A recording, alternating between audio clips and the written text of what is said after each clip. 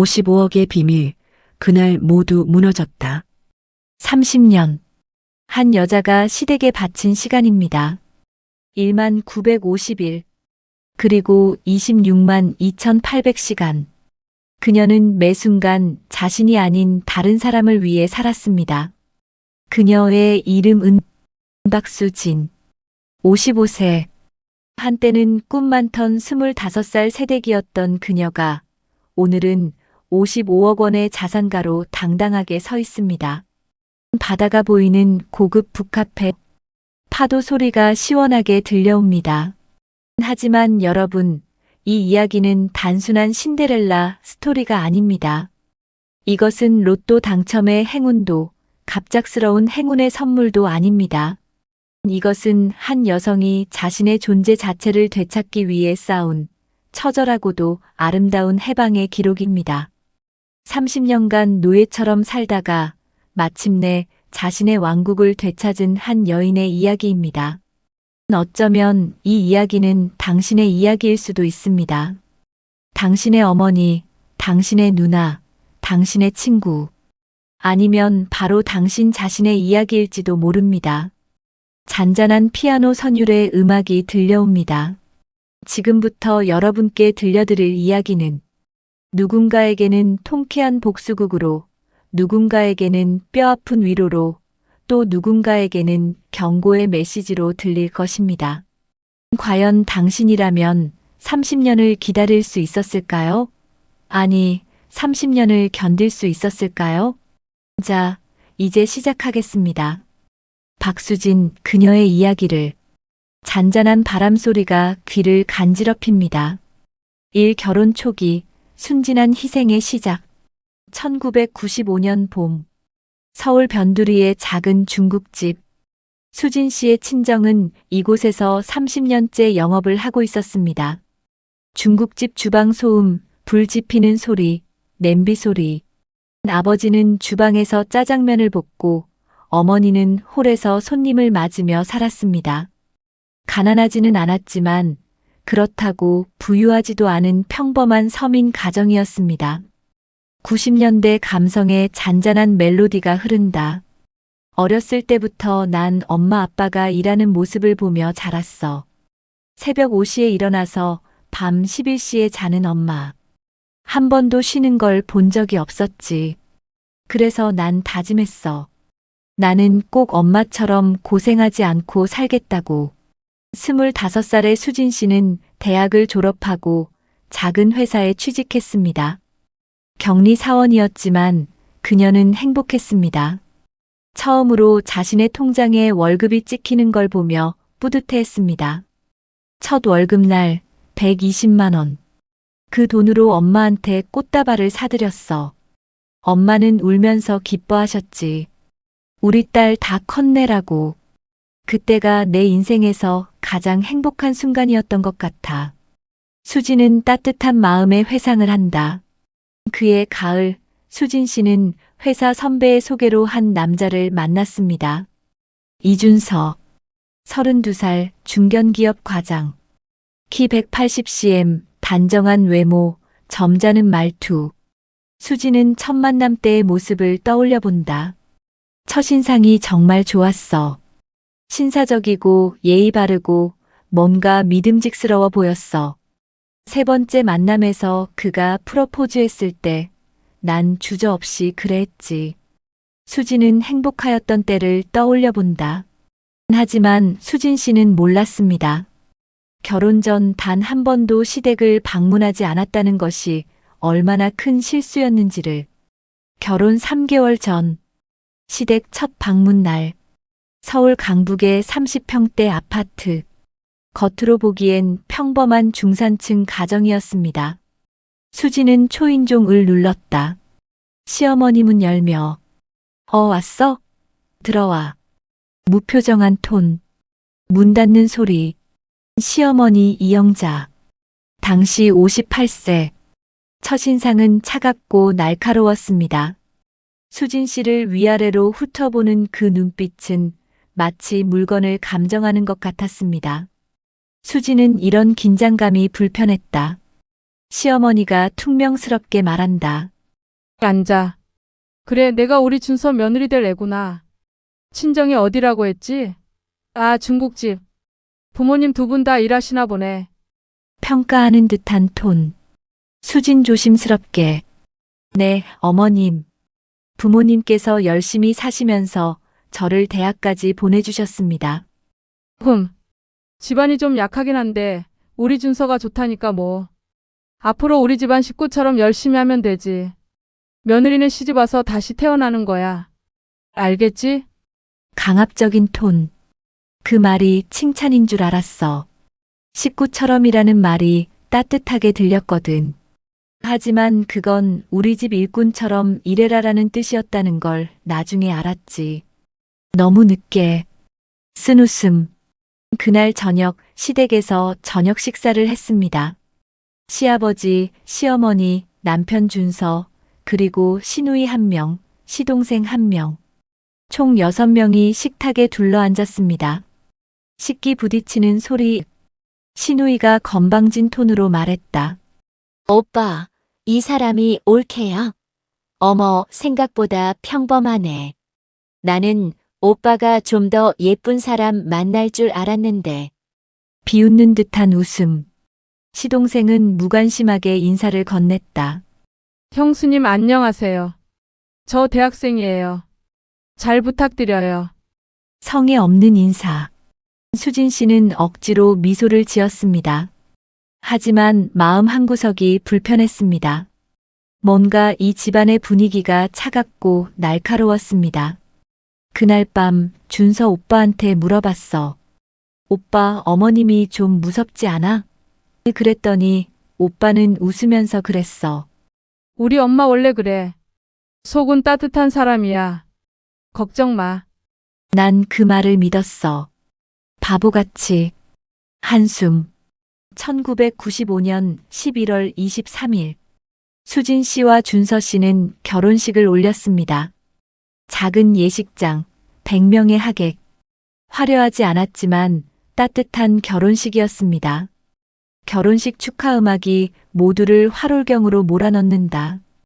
그날 웨딩드레스를 입고 거울을 봤을 때 난 정말 행복했어. 이제 나도 누군가의 아내가 되는구나. 행복하게 살 수 있겠구나. 그렇게 믿었어. 설렘 가득한 목소리. 하지만 신혼여행에서 돌아온 첫날부터 수진 씨의 지옥이 시작되었습니다. 돌아온 첫날 시어머니로부터 전화가 왔다. 며느라 신혼여행 잘 다녀왔니? 오늘 저녁 우리 집에서 먹어야 하니까 5시까지 와. 장 볼 것도 좀 있고. 알았지? 일방적 명령조의 말이었다. 수진 상당히 당황하며 아, 네. 어머님.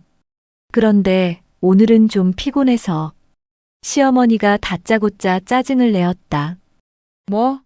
신혼여행 갔다 왔으면 쉬었잖아. 며느리가 시어머니 부르는데 피곤하다고? 5시까지 와. 그렇게 짜증과 함께 전화를 끊었다. 그게 시작이었어. 신혼 첫날부터 시댁에 불려갔고 저녁 준비를 도왔지. 아니, 도운 게 아니라 내가 다 했어. 시어머니는 소파에 앉아서 지시만 하셨거든. 수진은 지쳐만 갔다. 결혼 첫 해 명절. 수진 씨의 첫 명절 준비였습니다. 추석 전날 밤 11시까지 시댁에서 음식을 준비했습니다. 주방 소음, 칼질 소리, 냄비 끓는 소리, 기름 튀기는 소리. 시어머니의 일방적 지시는 계속됐어. 며느라, 전 부치는 거 불 조절 좀 해. 자꾸 타잖아. 집중 좀 해. 짜증 섞인 소리로 핀잔을 했다. 이번엔 시누이가 한마디 거둔다. 옳게.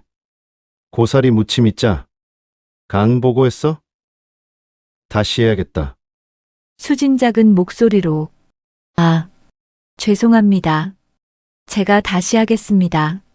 수진 씨는 그날 밤 12시가 넘어서야 집에 돌아왔습니다. 손은 기름에 댄 자국으로 빨갛게 부어올랐고 허리는 끊어질 것 같았습니다. 지친 몸을 이끌고 집 문을 열고 들어갔다. 남편이 TV를 보며 뒤도 안 돌아보고 말한다. 왔어? 고생했어. 나 졸려서 먼저 잘게. 하품 소리, 침실 가는 발소리. 그날 밤 손이 댈 정도로 뜨거운 물로 설거지를 하면서 눈물이 났어. 손바닥에 화상이 아파서가 아니라 마음이 아파서. 근데 누구한테도 말할 수 없었어. 수진의 목소리는 나즈키 흐느끼고 있었다. 결혼한 지 1년도 안 됐는데 나 힘들다고 말하면 나약한 사람처럼 보일까봐. 요즘 며느리들은 버릇 없다는 말 들을까봐. 그래서 난 참았어. 계속 참았어. 긴 한숨. 결혼 1년 차. 수진 씨는 매주 주말마다 시댁에 갔습니다. 청소를 하고 빨래를 하고 냉장고를 정리하고 밑반찬을 만들었습니다. 청소기 소리, 물 흐르는 소리. 친정은 거의 못 갔어. 한 달에 한 번 가려고 하면 시어머니가 명절도 아닌데 친정을 왜 그렇게 자주 가냐고 핀잔을 주셨거든. 그래서 난 엄마를 거의 보지 못했어. 수진의 슬픔이 느껴졌다. 결혼 2년 차. 수진 씨는 임신을 했습니다. 입덧이 심했지만 시댁일을 쉴 수 없었습니다. 지옥 같은 나날이었다. 좀 쉬려 하면 시어머니가 곧 바로 다그쳤다. 며느라, 입덧한다고 누워만 있으면 어떡해. 움직여야 애가 건강하게 나와. 일어나서 저녁 준비 좀 도와. 무정한 시어머니였다. 입덧으로 토하면서도 부엌에 서서 국을 끓였어. 냄새만 맡아도 속이 뒤집히는데 참았어. 며느리니까, 아들을 낳아야 하니까. 고통스러운 기억이었다. 그리고 마침내 아들을 낳았습니다. 시댁은 기뻐했습니다. 하지만 수진 씨의 산후조리를 챙겨주는 사람은 아무도 없었습니다. 아기 우는 소리. 시어머니가 반색을 하며 말했다. 아들 낳았으니 이제 우리 집안 며느리로 인정받은 거야. 잘했어. 근데 산후조리원은 돈 아깝잖아. 집에서 해. 내가 미역국 끓여줄게. 당연하다는 듯한 톤. 산후조리원은커녕 친정엄마도 부를 수 없었어. 시어머니가 친정엄마가 오면 집안이 시끄럽다고 하셔서. 난 혼자서 아기를 돌보고 집안일을 하고 시댁 방문객들 밥까지 차렸어. 절망적인 톤. 출산 2주 후. 수진 씨의 몸은 아직도 회복되지 않았습니다. 하지만 시댁에서는 제사가 있었습니다. 제사 음식 준비하는 소리. 시어머니가 재촉한다. 며느라, 제사상 차려야 하는데 너 올 수 있지? 애기는 준수한테 맡기고 와. 당연하다는 듯 수진이 말했다. 어머님, 죄송하지만 제가 아직 몸이 회복이 안 돼서.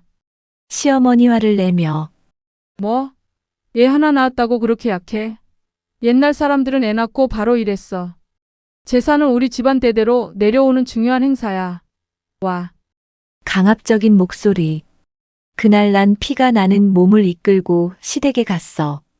제사상을 차리고 설거지를 하고 집에 돌아왔을 때 쓰러졌어.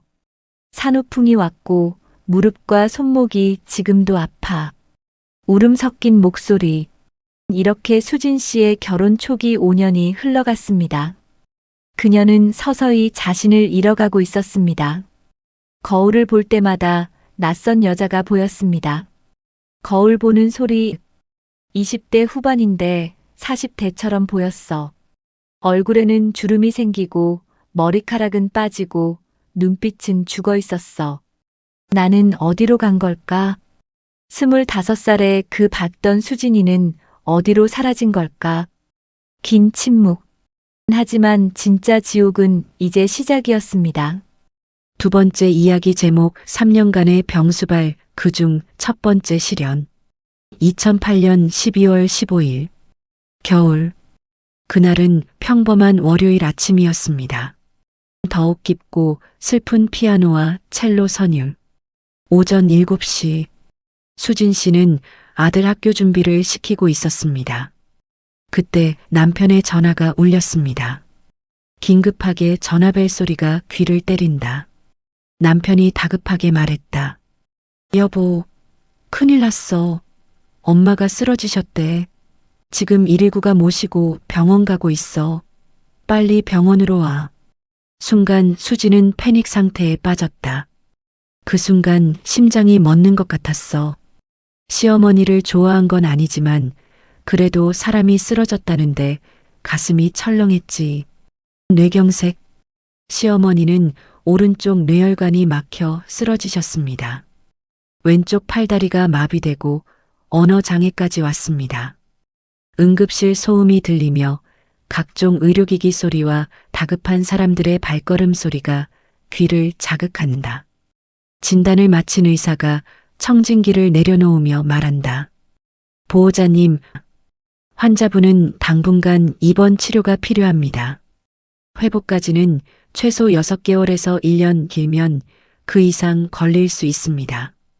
24시간 간병이 필요한 상태입니다. 신우이가 울먹이며 말을 한다. 어머, 어떡해. 우리 엄마가. 올케가 간병해야지. 올케가 며느리잖아. 당연하다는 듯. 시동생도 한 발 빼며 거든다. 형수님, 저는 대학생이라 무리고, 누나는 애들 키우느라 바쁘고, 형수님이 해주셔야 할 것 같은데요. 책임 회피하기에 급급한 시댁 식구들. 그 순간 난 알았어. 아, 이 지옥이 나한테 떨어졌구나. 3년이 걸릴지 5년이 걸릴지 모르는 이 긴 터널을. 절망적인 한숨이 절로 나온다. 남편도 내 편은 아닌 듯하다. 당신한테 미안한데 우리 엄마 좀 돌봐줘야겠어. 간병인 쓰면 한 달에 300만 원이야. 우리 형편에 그건 무리잖아. 그는 미안한 척하지만 강요하는 톤이었다. 수진이 어물쩍 항변을 해본다. 하지만 여보, 나도 애 키우고 집안이라고. 남편이 짜증스럽게. 그래도 우리 엄마잖아. 내가 돈 벌어야 하는데 내가 간병을 어떻게 해. 당신이 해야지. 그의 목소리는 화를 내고 있었다. 그렇게 수진 씨의 3년 지옥이 시작되었습니다. 매일 아침 6시, 수진 씨는 아들을 깨워 학교 준비를 시키고 7시 30분에 병원으로 향했습니다. 그리고 밤 11시까지 병실을 지켰습니다. 시계 째깍거리는 소리만이 크게 들리는 병실. 처음 한 달은 정말 끔찍했어. 대소변을 받아내는 것부터 시작해서 몸을 닦아드리고 기저귀를 갈고 식사를 도와드리고 3시간마다 체위 변경을 해야 했어. 욕창이 생기면 안 되니까. 그의 목소리는 지쳐 있었다.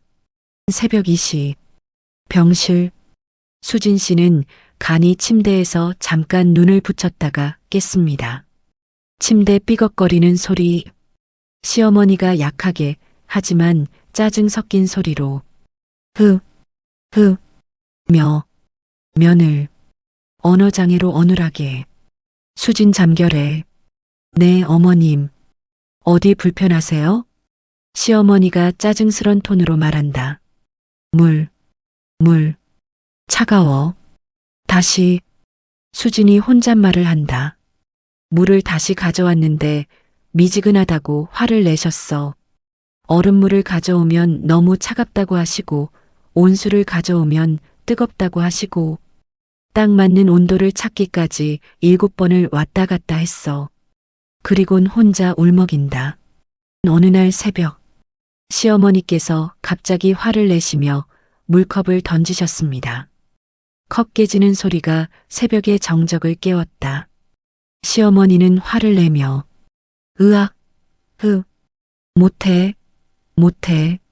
못해 먹겠어. 이게 물이야? 하며 날카롭게 소리를 질렀어. 수진이 회상하며 말한다. 한 번은 물컵이 내 발등에 떨어졌어. 유리 파편에 발을 베었고 피가 났어. 근데 난 울 수도 없었어. 어머님이 더 화내실까봐. 그냥 조용히 청소하고 상처에 밴드를 붙이고 다시 물을 가져왔어. 수진의 목소리는 떨리고 있었다. 그렇게 3개월이 지났습니다. 수진 씨의 몸은 한계에 도달했습니다.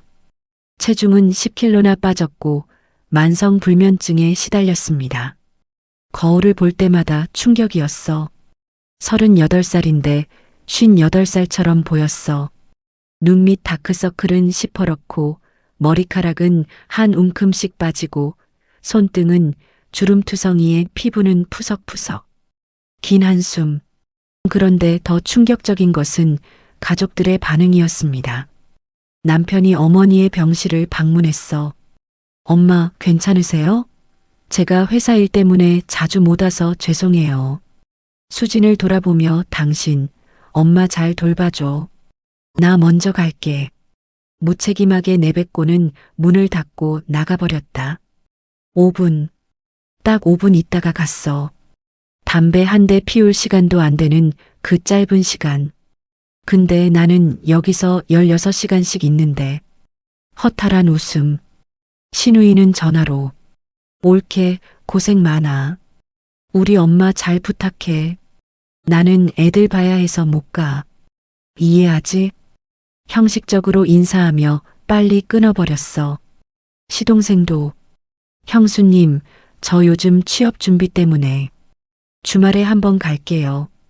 아, 그것도 스터디 있으면 못 갈 수도. 핑계대며 책임 회피를 하고 있었다. 6개월이 지났습니다. 시어머니의 상태는 조금씩 호전되었지만 여전히 24시간 돌봄이 필요했습니다. 어느 날 저녁, 수진 씨는 병실 화장실에서 혼자 울었습니다. 화장실 문 닫는 소리, 흐느끼는 소리, 거울 속 내 얼굴을 보면서 울었어. 나는 대체 뭐야? 나는 왜 여기 있는 거야? 나도 누군가의 딸인데, 나도 누군가의 엄마인데, 왜 나만 이렇게 희생해야 해? 절규하듯 독백을 하였다. 내 아들은 엄마 없이 혼자 밥 먹고, 혼자 숙제하고, 혼자 자고 있는데, 난 여기서 시어머니 기저귀나 갈고 있고, 목이 메어왔다. 그때 휴대폰이 울렸습니다. 남편이었습니다. 당신, 오늘 저녁에 우리 회사 회식이 있어서 집에 늦게 들어갈 것 같아. 애 저녁은 알아서 해결하게 해. 돈 줄 테니까 편의점에서 사 먹으라고 해. 참 책임감 없는 남편이었다. 수진이 자식 걱정을 했다. 여보, 우리 아들이 요즘 혼자 있는 시간이 너무 많아서. 남편은 바로 짜증을 부렸다. 당신, 나도 힘들어. 돈 벌어야 하잖아. 당신이 엄마 간병하느라 일 못하니까 내가 더 벌어야 한다고. 이해 좀 해줘. 그리고는 전화를 끊어버렸다. 그날 난 깨달았어. 나는 이 집의 가족이 아니라 이 집의 짐을 대신 지는 사람이구나. 아무도 내 희생에 감사하지 않아. 그저 당연하게 여길 뿐이야. 체년뿐이었다. 1년이 지났습니다. 시어머니는 어느 정도 회복되어 혼자 앉을 수 있게 되었습니다. 하지만 여전히 수진 씨의 도움이 필요했습니다. 휠체어 굴리는 소리, 의사가 말했다. 보호자분, 환자분이 많이 좋아지셨습니다. 재활 치료를 꾸준히 하시면 일상생활이 가능할 것 같습니다. 2년 정도 더 치료가 필요합니다. 2년 더, 또 2년을 더 해야 한다는 거야. 난 이미 1년 동안 내 인생을 포기했는데 2년을 더? 절망. 하지만 수진 씨에게는 선택권이 없었습니다. 며느리니까, 아들의 엄마니까, 그래서 당연히 해야 하는 거니까. 무거운 침묵. 1년 6개월이 지났습니다. 시어머니는 이제 목발을 짚고 천천히 걸을 수 있게 되었습니다. 수진 씨는 매일 재활 치료를 도왔습니다. 시어머니가 말했다. 며느라, 오늘 재활 치료 갔다 와서 힘드네. 저녁에 미역국 좀 끓여줘. 너무 짜지 않게. 명령조로 말을 했다. 힘없이 수진이 대답했다. 네, 어머님. 이어서 시어머니는 또 말을 이어갔다. 그리고 내일 제사니까 제사 음식도 준비해야지. 너 혼자 할 수 있겠니? 당연하다는 듯 말한다.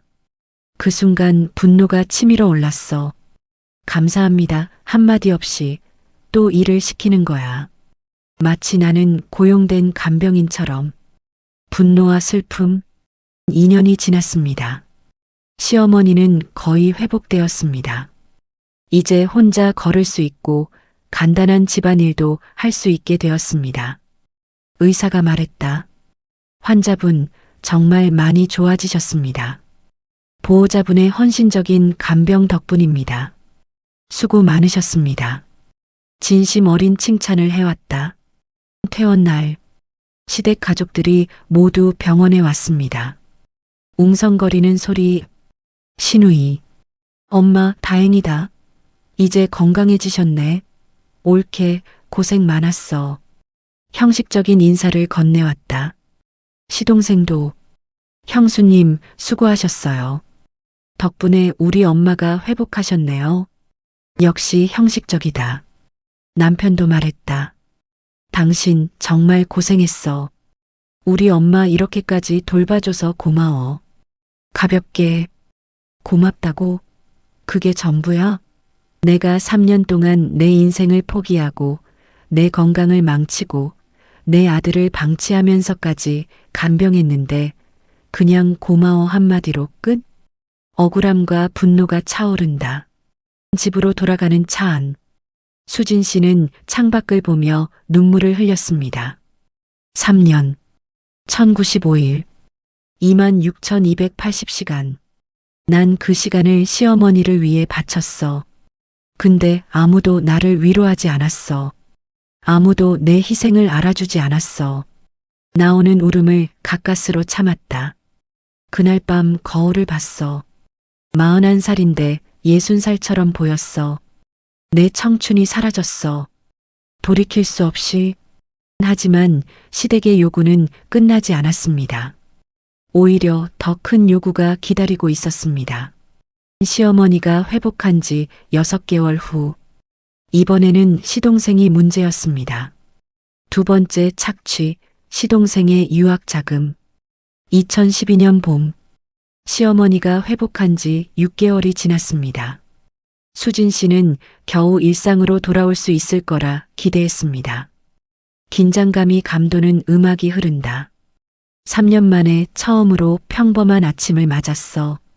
아들과 함께 아침을 먹고 같이 학교에 가는 모습을 보고 이제 내 인생을 살 수 있겠구나 싶었어. 잠시나마 행복한 순간이었다. 하지만 그 평화는 단 3개월밖에 지속되지 않았습니다. 어느 일요일 오후, 시댁에서 가족회의가 소집되었습니다. 수진 씨는 불길한 예감이 들었습니다. 시댁 대문을 열고 들어섰다. 시어머니가 말했다. 다들 모였으니까 중요한 얘기 좀 하자. 막내야, 내 얘기해봐. 진지한 톤이었다. 시동생이 30살 대학 졸업 후 백수인 그가 조심스럽게 말했다. 그게 미국으로 MBA 유학을 가려고 합니다. 좋은 대학에 합격했어요. 신우이가 관심 있는 척 물어봤다. 오, 우리 막내가 대단하네. 근데 유학비는 어떻게 할 건데? 시동생의 목소리는 점점 작아졌다. 그게 1년에 5천만 원 정도 들어요. 2년 과정이니까 총 1억 원 정도. 그 순간 식탁에 침묵이 흘렀습니다. 수진 씨의 심장이 빠르게 뛰기 시작했습니다. 긴장감 넘치는 침묵이 흘렀다. 심장 뛰는 소리만 크게 들린다. 시어머니가 잠시 멈췄다가 말했다. 우리 집에는 그런 큰 돈이 없어. 내가 병원비로 다 썼잖아. 근데 막내가 공부를 하겠다는데 포기시킬 수는 없지. 시어머니가 수진을 날카롭게 쳐다봤다. 며느라. 그 순간 알았어. 아, 이 칼날이 나한테 온다는 걸. 내 적금이 타깃이 됐다는 걸. 두려움이 엄습했다. 시어머니가 탐색하듯 물었다. 며느라, 내가 적금 좀 있다며? 얼마나 있니? 수진이 조심스럽게 대답했다. 아, 그게 제 개인 노후 자금이라. 시어머니의 목소리가 높아졌다. 개인? 며느리가 시댁 식구한테 개인이 어딨어? 우리는 한 가족이잖아. 막내 동생 공부하는 건데 내가 좀 도와줘야지. 강압적인 톤이었다. 수진이 말했다. 어머님, 그 돈은 제가 10년 동안 모은 돈이에요. 제 노후를 위해. 신우이가 끼어들었다. 옳게, 노후는 나중에 또 모으면 되잖아. 지금 우리 막내 동생 인생이 걸린 문제야. 가족이면 도와줘야지. 옳게도 우리 가족이잖아. 설득하는 척 강요하는 톤이었다. 그 적금은 3천만 원이었어. 결혼 초부터 매달 25만 원씩 10년 동안 한 번도 빠뜨리지 않고 모은 돈. 점심을 굶고 옷을 사지 않고 미용실도 가지 않고 모은 돈. 수진의 목소리는 떨리고 있었다. 그 돈은 내 마지막 희망이었어. 언젠가 혹시 모를 위기 상황에 또는 내가 정말 힘들 때 쓸 수 있는 유일한 탈출구였어. 간절함이 묻어났다. 남편이 무거운 한숨을 쉬며 말했다. 당신, 이것 좀 도와줘. 내 동생이야. 내 동생이 성공하면 우리한테도 나중에 좋은 거 아니야? 설득하려는 톤이었다. 수진이 항변했다. 하지만 여보, 우리도 애 교육비 있고 집 대출도 있고. 남편이 짜증을 냈다. 당신 친정은 우리한테 해준 게 뭐가 있어? 결혼할 때 지참금 한 푼도 안 줬잖아. 우리 집안일인데 뭘 그렇게 계산적으로 굴어? 목소리를 높였다. 계산적? 그 단어가 칼처럼 내 가슴을 찔렀어. 나는 계산적인 게 아니라 간신히 나를 지키려고 했던 건데. 수지는 울먹였다. 시어머니가 말했다. 며느라, 내가 3년 동안 나 병수발한 거 우리 모두 고맙게 생각해. 근데 이제 내가 우리 막내한테 투자할 차례야. 나중에 막내가 성공하면 내한테 100배로 갚을 거야. 회유와 강압이 섞인 말투였다. 시동생이 애원했다. 형수님, 제가 꼭 성공해서 나중에 몇 배로 갚을게요. 제발 좀 도와주세요. 수진 씨는 사방에서 압박을 받았습니다. 시어머니, 남편, 시누이, 시동생 모두가 그녀를 바라보고 있었습니다. 압박감이 느껴지는 음악이 흐른다. 그 순간 난 혼자였어. 아무도 내 편이 없었어. 남편마저도 내 편이 아니었어. 그들에게 나는 가족이 아니라 ATM이었어. 절망이었다. 집으로 돌아오는 차 안. 남편이 계속 설득했다. 당신 생각해봤어? 그냥 좀 도와주면 안 돼? 3천만 원이야. 우리도 나중에 도움 받을 수 있어. 수진이 말했다. 여보, 그 돈은 정말 제 마지막 돈이에요. 그걸 없으면 저는 정말. 남편이 화를 냈다. 그럼 이혼할래? 내가 내 가족을 위해 도와달라는데 그것도 못해주는 아내랑 뭐하러 살아? 당신 없어도 나는 살 수 있어. 협박하는 톤이었다. 이혼. 그 단어가 나왔을 때 온몸이 얼어붙었어.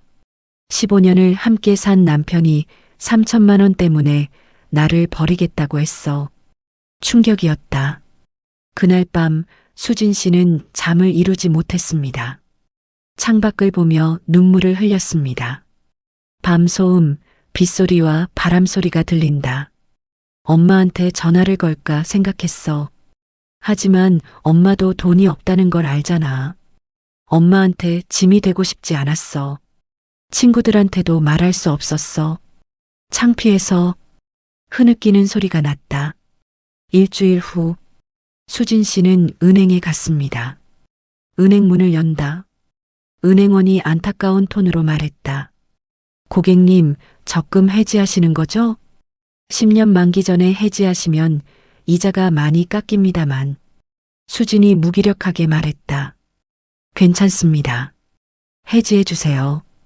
통장 정리 도장이 찍히는 순간 수진 씨는 자신의 마지막 희망이 사라지는 것을 느꼈습니다. 도장 찍는 소리가 들린다. 그날 내 마음 한구석에서 무언가가 영원히 죽었어. 자신을 위한 마지막 보루마저도 지키지 못했다는 자괴감이 나를 짓눌렀어. 긴 침묵이 흘렀다. 수진 씨는 3천만 원을 시댁에 전달했습니다. 돈 세는 소리가 들린다. 시어머니가 가볍게 받았다. 고맙다, 며느라. 우리 막내 덕분에 잘 될 거야. 너도 나중에 혜택 받을 거야. 시동생이 기뻐했다. 형수님, 감사합니다. 제가 꼭 성공해서 갚을게요. 그들은 너무 가볍게 받았어. 마치 당연한 것처럼. 내가 10년 동안 피땀 흘려 모은 돈을 그들은 고작 몇 초 만에 가져갔어. 분노와 슬픔이 교차했다. 6개월 후, 시동생은 미국으로 유학을 떠났습니다. 화려한 송별회가 열렸습니다. 공항에 오고 가는 승객들의 소음이 어지럽다. 시어머니가 말했다. 우리 막내 잘 다녀와. 공부 열심히 하고. 며느라, 내 덕분이야. 고마워. 형식적인 감사였다. 고마워. 그게 전부였어. 내 10년이 담긴 3천만 원에 대한 대가가 고마워 한마디. 허탈한 웃음이 나왔다. 1년 후, 시동생에게서 연락이 왔습니다. 카톡 알림 소리가 난다. 시동생의 카톡 메시지. 형수님, 미국 생활이 너무 힘들어요. MBA 과정이 생각보다 어렵고, 저 그만두고 한국 돌아갈까 봐요. 나약한 텍스트들이 나뒹굴고 있었다. 그 순간 화가 치밀었어. 1년 만에 포기한다고? 내 3천만 원으로 1년 놀다가 온다고? 분노가 치밀었다. 6개월 후, 시동생은 결국 유학을 중도 포기하고 한국으로 돌아왔습니다. 공항 도착 소음이 들린다. 시어머니가 걱정하며 말했다. 아이고, 우리 막내 고생했다. 힘들었지? 집에 가서 쉬어. 시동생이 변명했다. 엄마, 미국이 너무 힘들었어요. 공부도 어렵고 외롭고. 그날 저녁 시댁에서 환영 식사가 있었습니다. 수진 씨도 초대받았습니다. 식탁 준비하는 소리가 들린다. 시동생은 나한테 사과 한마디 없었어. 형수님 덕분이었는데 죄송합니다. 그런 말 없이 그냥 밥만 먹고 웃고 떠들었어. 억울함이 밀려왔다. 신우이가 말했다. 올케, 막내 많이 힘들었나 봐. 올케가 도와준 거 알고 있지? 고마워. 역시 형식적이었다. 고마워. 또 고마워. 내 3천만 원에 대한 대가가 고마워 3글자. 심지어 시동생은 그 후로 취직도 안 하고 집에서 백수로 놀았어. 분노와 허무함이 교차했다. 3년 후, 시동생은 여전히 무직이었습니다. 한 푼도 갚지 않았습니다. 시간이 흐르는 효과음이 들린다. 나중에 100배로 갚겠다던 그 약속은 어디 갔을까? 아무도 책임지지 않았어. 아무도 미안해하지 않았어. 쓴웃음이 났다. 그리고 5년이 더 지난 후, 시동생은 결혼을 했습니다. 수진 씨는 축의금으로 100만 원을 냈습니다. 시동생이 결혼식장에서 가볍게 인사했다. 형수님, 와주셔서 감사합니다. 그가 내 눈을 제대로 쳐다보지도 않았어. 3천만 원 빌려간 사람이 100만 원 축의금 받고 감사합니다 한마디. 세상에 이런 뻔뻔함이 있을까? 억울함과 분노가 치밀었다. 그날 밤 수진 씨는 집으로 돌아와 오래된 통장을 꺼내봤습니다. 적금 해지 도장이 찍힌 그 통장. 서랍 여는 소리가 들린다. 그 통장을 보면서 울었어. 내가 왜 이렇게 살아야 하지? 내 돈을, 내 미래를, 내 희망을 왜 남에게 바쳐야 하지? 울음이 터져 나왔다. 그때부터 내 마음속에 균열이 생기기 시작했어. 이 가족은 나를 사랑하지 않아. 그들은 나를 이용하고 있어. 그 생각이 점점 커졌어. 각성의 시작이었다. 하지만 시댁의 착취는 여기서 끝나지 않았습니다. 더 큰 굴욕이 기다리고 있었습니다. 불길한 음악이 고조된다. 바로 수진 씨 자신의 기념일마저 빼앗기는 날이 다가오고 있었습니다. 네 번째 결혼 기념일의 굴욕, 존재의 지워짐. 2018년 가을, 결혼 23주년. 수진 씨는 혹시나 하는 마음으로 남편을 기다렸습니다. 경쾌하지만 슬픈 음악이 흐른다. 바보같이 기대했어. 올해는 다를 거라고. 남편이 수고했어. 당신 한마디라도 해줄 거라고. 허탈한 웃음이 났다. 하지만 그날은 시어머니 생신과 겹쳤습니다.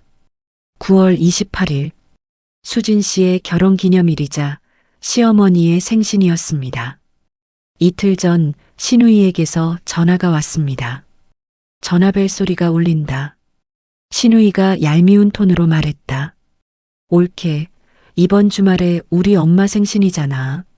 내일 마침 올케 결혼 기념일이라며? 겹치면 좋은 거지. 두 가지 경사를 한 번에. 수진이 조심스럽게 말했다. 시누이 씨, 그래도 제 결혼 기념일인데. 시누이가 말을 잘랐다. 아이고, 결혼 기념일이야 매년 있잖아. 근데 엄마 생신은 특별하잖아. 올케가 미역국이랑 갈비찜 좀 많이 준비해놔.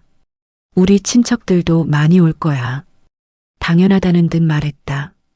내 결혼 기념일인데 축하한다는 말 한마디 없이 또 시어머니 생신상 차리는 날로 변해버렸지. 체념이었다. 그날 밤 남편에게 물어봤습니다. 여보, 내일 우리 결혼 기념일인데 저녁에 둘이 외식이라도 할까? 남편이 무심하게 대답했다. 아, 내일? 우리 엄마 생신이잖아. 당연히 시댁 가야지. 무슨 소리야? 수진이 말했다. 하지만 우리 결혼 기념일이기도 해요. 남편이 짜증을 냈다. 결혼 기념일은 다른 날 해도 되잖아. 엄마 생신은 미룰 수 없어. 당신 뭔 소리 하는 거야? 화를 내는 톤이었다. 남편은 잊은 지 오래였고 나는 대체 누구의 아내이고 누구의 며느리인가. 슬픔이 밀려왔다.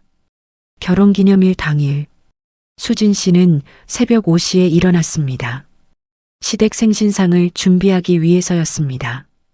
주방 소리가 울린다. 칼질 소리, 냄비 끓는 소리, 기름 튀기는 소리, 미역국, 갈비찜, 잡채, 전, 나물, 과일. 총 15가지 음식을 준비했습니다. 내 결혼기념일 아침인데 나는 시댁 부엌에서 음식을 만들고 있었어. 쓴웃음이 났다. 오후 3시 시댁 식구들이 하나둘씩 모이기 시작했습니다. 사람들 웅성거리는 소리가 들린다. 시어머니가 기뻐하며 말했다. 오늘은 내 생신이니까 다들 즐겁게 먹자. 며느라 수고했어. 음식 잘 차렸네. 가볍게 말했다. 시누이가 말했다. 올케, 근데 갈비찜 양념이 좀 짠 것 같은데? 다음엔 좀 덜 짜게 해. 핀잔을 주었다. 시동생이 말했다. 형수님, 전이 좀 탔어요. 바삭하게 부치셨어야 하는데. 역시 불평이었다. 아무도 수고했다, 고맙다 말하지 않았어. 그냥 평가하고 지적하고 불평만 했어.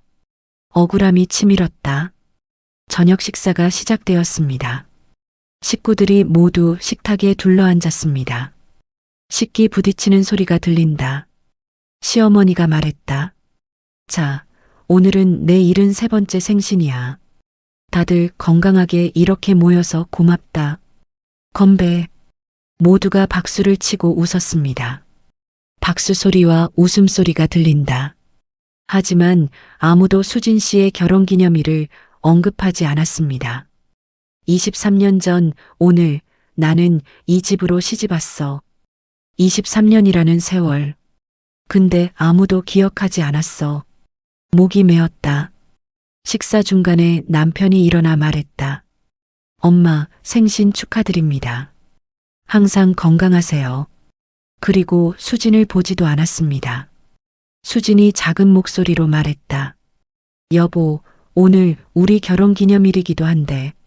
남편이 당황하며 말했다. 아, 그래. 미안, 깜빡했네. 나중에 따로 챙겨줄게. 형식적인 대답이었다. 시어머니가 끼어들었다. 며느라, 오늘은 내 생일이야. 결혼 기념일은 다른 날 해.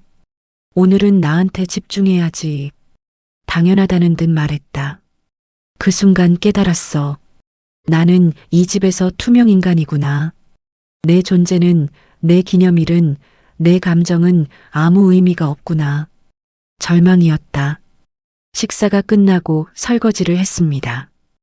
혼자서 아무도 도와주지 않았습니다.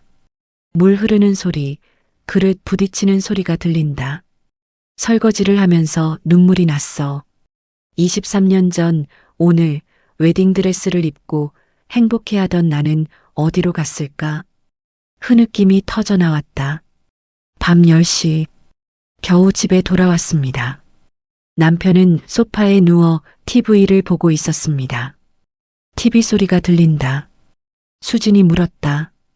여보, 결혼 기념일인데 케이크라도 살까? 남편이 하품하며 말했다. 아, 피곤해. 다음 주에 사자. 나 먼저 잘게. 그리고 침실로 들어갔습니다. 문 닫는 소리가 들린다. 수진 씨는 혼자 거실에 앉아 있었습니다. 조용한 밤, 시계 째깍거리는 소리만 들렸습니다. 23년, 8395일, 20만 1480시간을 이 사람과 함께 살았는데 나는 아직도 이 사람의 아내가 맞나? 긴 침묵이 흘렀다. 수진 씨는 핸드폰을 꺼냈습니다. SNS를 봤습니다. 핸드폰 터치 소리가 들린다. 친구들의 게시물이 보였습니다. 오늘 남편이 결혼기념일 서프라이즈 해줬어요. 감동. 20주년 기념으로 제주도 여행 중. 행복해요. 결혼기념일 꽃다발 받았어요. 사랑해요, 여보. 다들 행복해 보였어. 근데 나는 뭐지? 나는 왜 설거지하다가 우는 거지? 자괴감이 들었다. 그날 밤 거울을 봤습니다. 거울 속에는 48살의 여자가 있었습니다. 거울 보는 소리가 들린다. 하지만 그 여자는 68살처럼 보였습니다. 주름진 얼굴, 축 처진 어깨, 생기 없는 눈빛. 이게 나야? 이게 정말 나야? 25에 결혼할 때의 그 빛나던 여자가 이렇게 됐어? 울음이 터져 나왔다. 수진 씨는 옛날 결혼 사진을 꺼내봤습니다. 서랍 여는 소리가 들린다. 웨딩드레스를 입고 환하게 웃고 있는 자신의 모습. 남편과 손을 잡고 행복해하는 모습. 그때는 정말 행복했어. 이 사람과 함께라면 행복할 수 있을 거야 라고 믿었어. 근데 지금은 더 이상 말을 잇지 못했다. 그로부터 일주일 후 수진 씨는 친정 엄마를 만났습니다. 카페 소음이 들린다. 엄마가 물었다. 수진아, 결혼기념일 잘 보냈니? 수진이 거짓말을 했다. 네, 엄마. 남편이랑 맛있는 거 먹었어요. 엄마가 웃었다. 다행이다. 우리 사위가 착하긴 해. 엄마한테 진실을 말할 수 없었어. 엄마가 걱정할까봐. 엄마가 슬퍼할까봐. 죄책감이 들었다. 하지만 엄마는 알고 있었습니다. 엄마가 수진의 손을 잡았다.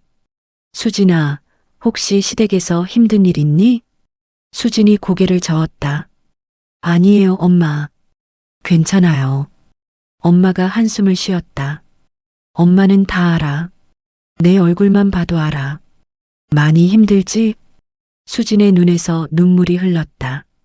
눈물 떨어지는 소리가 들린다. 엄마. 엄마가 수진을 안았다. 미안하다, 수진아. 엄마가 가난해서, 엄마가 내게 아무것도 해줄 수 없어서, 엄마도 울었다. 두 사람은 한참 동안 울었습니다. 카페 한 구석에서 아무 말 없이 그날 깨달았어. 엄마도 나만큼 고통스러웠다는 걸. 엄마도 무력했다는 걸. 슬픔이 밀려왔다. 30년. 수진 씨의 생일, 그녀의 기념일은 모두 지워졌습니다. 그녀의 존재는 오직 시댁을 위한 도구로만 존재했습니다. 무거운 음악이 흐른다. 나는 누구였을까? 박수진이라는 사람은 대체 어디에 있었을까? 나는 그저 며느리, 엄마, 아내라는 역할만 했을 뿐, 나 자신은 없었어. 긴 침묵이 흘렀다. 그리고 최근 노골적인 재산 요구와 이혼 협박이 그녀를 절망의 끝으로 몰아갔습니다. 불길한 음악이 흐르기 시작한다. 하지만 그녀는 아직 몰랐습니다. 곧 친정엄마의 죽음과 함께 그녀의 인생을 완전히 바꿀 기적 같은 발견이 기다리고 있다는 것을. 5번째 이야기 재산 요구와 이혼 협박 마이너스 마지막 모욕. 2024년 초, 결혼 29년 차, 마침내 시댁의 탐욕은 절정에 달했습니다. 긴장감이 최고조에 달하는 음악이 흐른다. 1월의 어느 주말, 시댁에서 긴급 가족회의가 소집되었습니다. 수진 씨는 또다시 불길한 예감이 들었습니다. 가족회의라는 말만 들어도 이제는 온몸이 굳어져. 또 무슨 요구를 하려는 걸까? 두려움이었다. 시댁에 도착했습니다. 문 여는 소리가 들린다. 식구들이 모두 심각한 표정으로 앉아 있었습니다. 시어머니가 입을 열었다. 며느라, 앉아. 오늘 중요한 얘기가 있어서 불렀어. 무거운 톤이었다. 수진이 조심스럽게 앉았다. 남편이 무거운 한숨을 쉬며 말했다. 당신도 알다시피 요즘 우리 사업이 어려워. 코로나 이후로 매출이 반토막 났어. 변명하는 톤이었다. 시어머니가 말을 이었다. 그래서 말인데 당신 친정에서 좀 도와줘야 할 것 같아. 당연하다는 듯 말했다. 수진이 놀라며 물었다. 친정에서요? 어떻게요? 시어머니가 노골적으로 말했다. 장모님한테 몇 억 정도 빌려달라고 해봐. 우리 준서 사업 살려야 하잖아. 며느리면 당연히 도와줘야지. 강압적인 톤이었다. 그 순간 귀를 의심했어. 친정에서 몇 억을 빌려오라고? 우리 엄마가 중국집 하시는 거 알면서? 충격이었다. 수진이 말했다. 어머님, 저희 친정은 그럴 형편이 안 됩니다. 엄마는 작은 식당 하시고 아버지는 돌아가셨고. 시어머니가 화를 냈다. 뭐? 그럼 30년 동안 우리 집에 얹혀 살았으면서 이제 와서 모른 척? 배은망덕하게. 날카로운 목소리였다. 신우이가 거들었다. 옳게 장모님이 평생 식당 하셨으면 돈 좀 모았을 거 아니야. 집도 있고 뭔가 있잖아. 의심하는 톤이었다. 내 친정을 의심하고 있었어. 마치 우리 엄마가 돈을 숨기고 있는 것처럼. 분노가 치밀었다. 수진이 단호하게 말했다. 저희 친정은 정말 그런 여유가 없습니다. 제가 어떻게 해드릴 수가 없어요. 남편이 차갑게 말했다. 당신 엄마 재산 있을 거 아니야. 빌려와. 안 그러면. 잠시 멈췄다. 안 그러면 이혼하자. 협박하는 톤이었다. 이혼. 그 단어가 수진 씨의 귓가를 때렸습니다. 충격음이 울린다. 30년을 바쳤는데 이혼이라니. 30년. 내가 30년을 이 집에 바쳤는데 이혼이라고? 돈 못 구해오면 버리겠다고? 온몸이 얼어붙었다. 시어머니가 말했다. 며느라, 우리가 무리한 요구하는 거 아니야. 가족이니까 서로 돕자는 거지. 당신도 우리 집안 사람이잖아. 회유하는 톤이었다. 시동생이 말했다. 형수님, 형님 사업 망하면 우리 가족 다 망해요. 형수님도 곤란하잖아요. 압박하는 톤이었다. 사방에서 압박이 들어왔어. 나는 도망칠 곳이 없었어. 절망이었다. 수진이 떨리는 목소리로 말했다. 생각할 시간을 주세요. 남편이 차갑게 말했다. 일주일 안에 답 내와. 못 구해오면 이혼 서류 준비할 거야. 선언하듯 말했다. 그날 밤, 수진 씨는 집에 돌아와 밤새 울었습니다. 흐느끼는 소리가 들린다. 내가 뭘 잘못한 걸까? 3년 병수발, 3천만 원 적금, 30년의 헌신. 그게 다 뭐였을까? 자괴감이 들었다. 며칠 후, 수진 씨는 친정 엄마를 만났습니다. 카페 소음이 들린다. 엄마가 물었다. 수진아, 무슨 일 있니? 얼굴이 많이 안 좋은데. 걱정하는 목소리였다. 수진이 울먹이며 말했다. 엄마, 시댁에서 돈을 빌려달래요. 몇억을.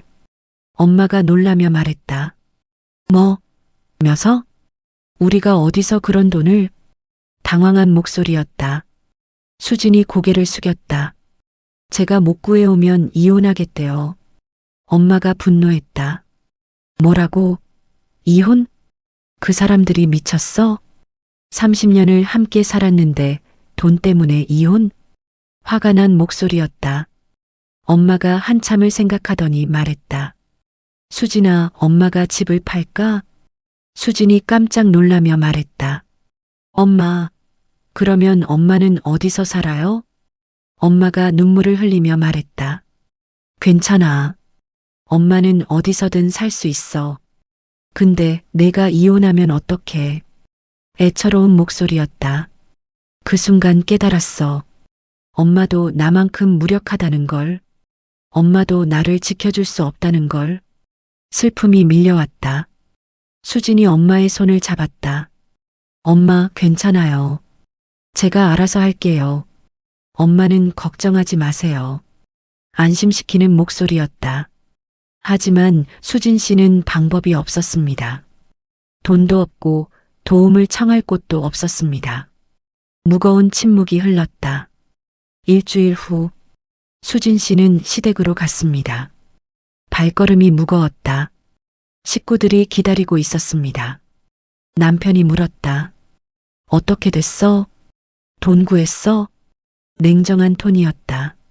수진이 고개를 숙이며 말했다. 죄송합니다. 구할 수가 없었어요. 시어머니가 실망한 듯 말했다. 아이고, 쓸모없네. 며느리가 이것도 못해? 비난하는 톤이었다. 남편이 차갑게 말했다. 그럼 이혼 서류 작성해야겠네. 변호사 알아볼게. 선언하듯 말했다. 그 순간 내 30년이 무너지는 소리가 들렸어.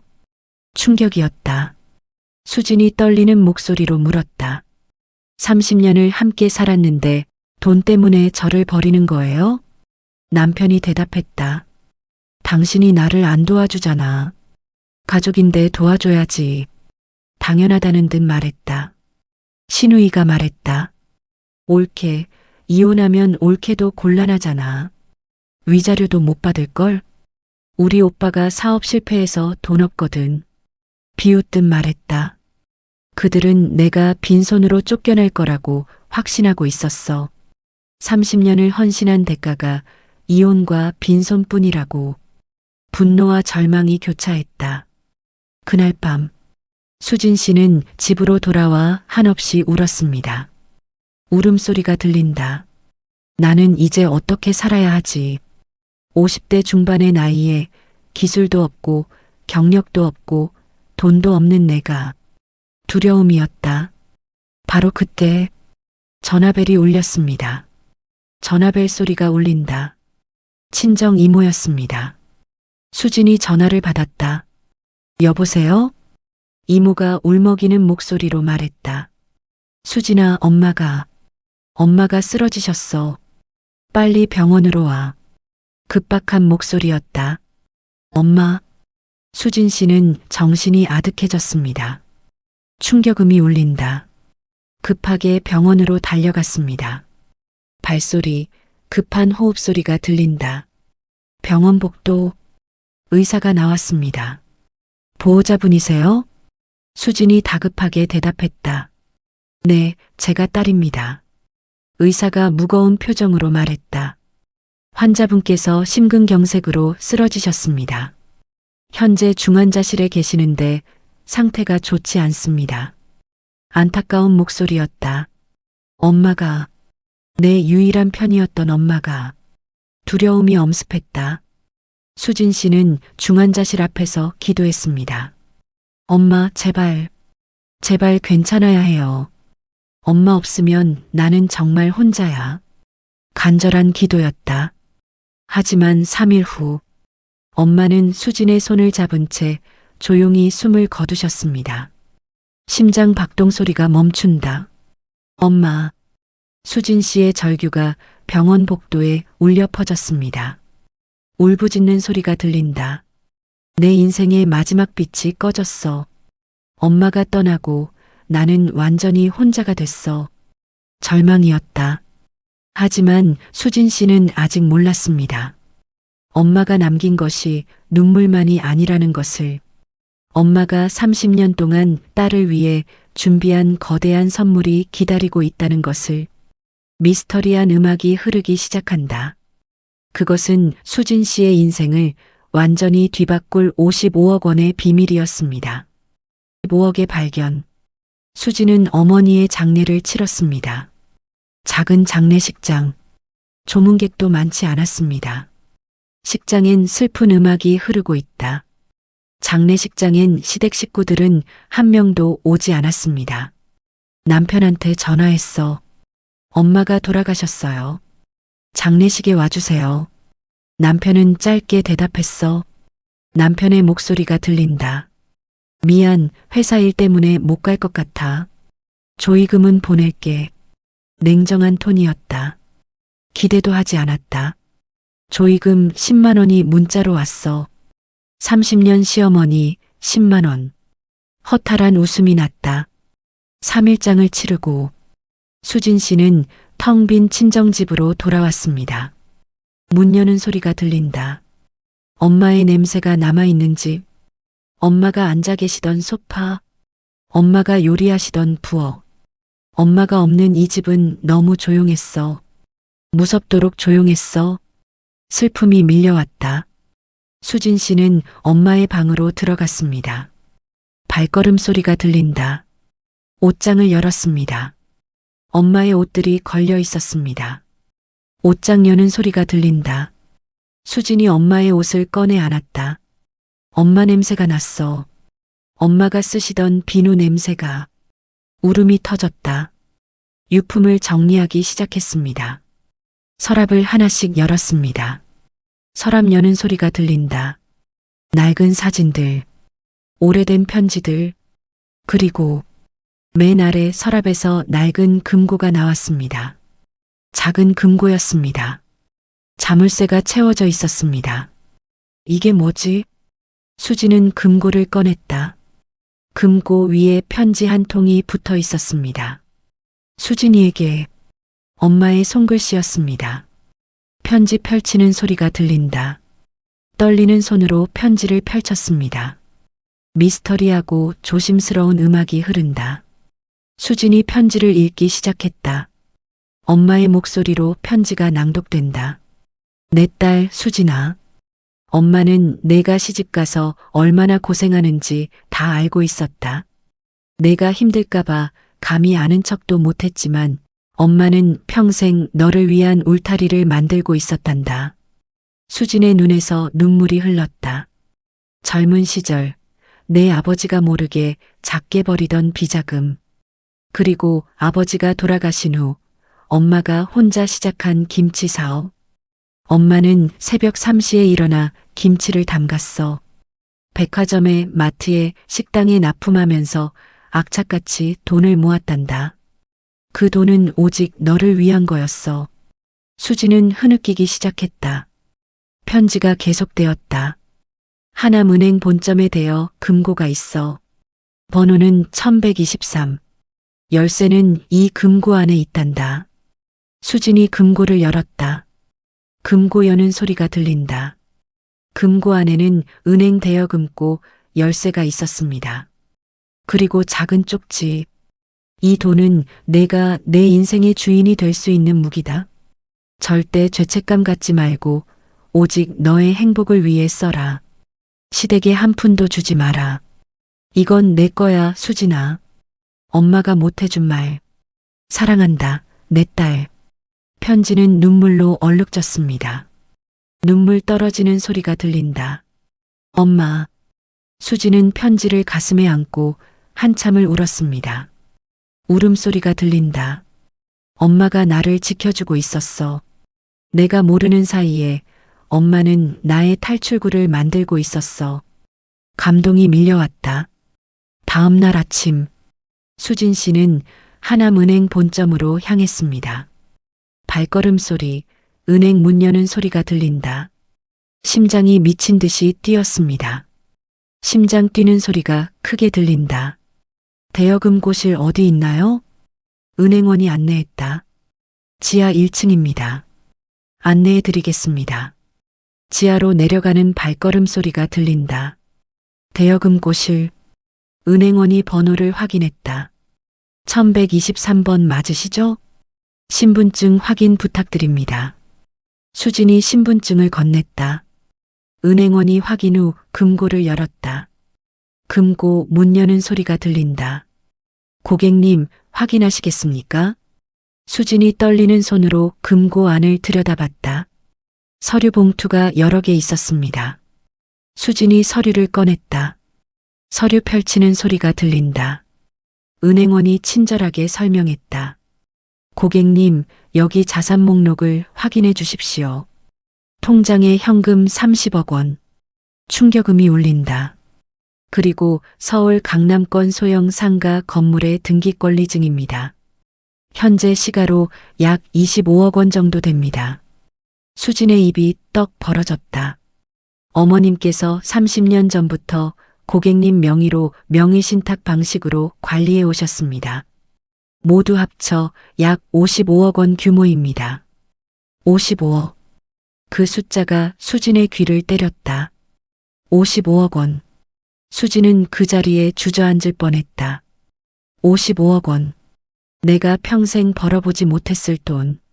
엄마가 가진 것 없다고 괄시받던 우리 엄마가 나에게 이 거대한 왕국을 만들어 주셨구나. 벅찬 감동이 밀려왔다. 수진 씨는 은행 화장실에 들어가 한참을 울었습니다. 화장실 문 닫는 소리, 울음소리가 들린다.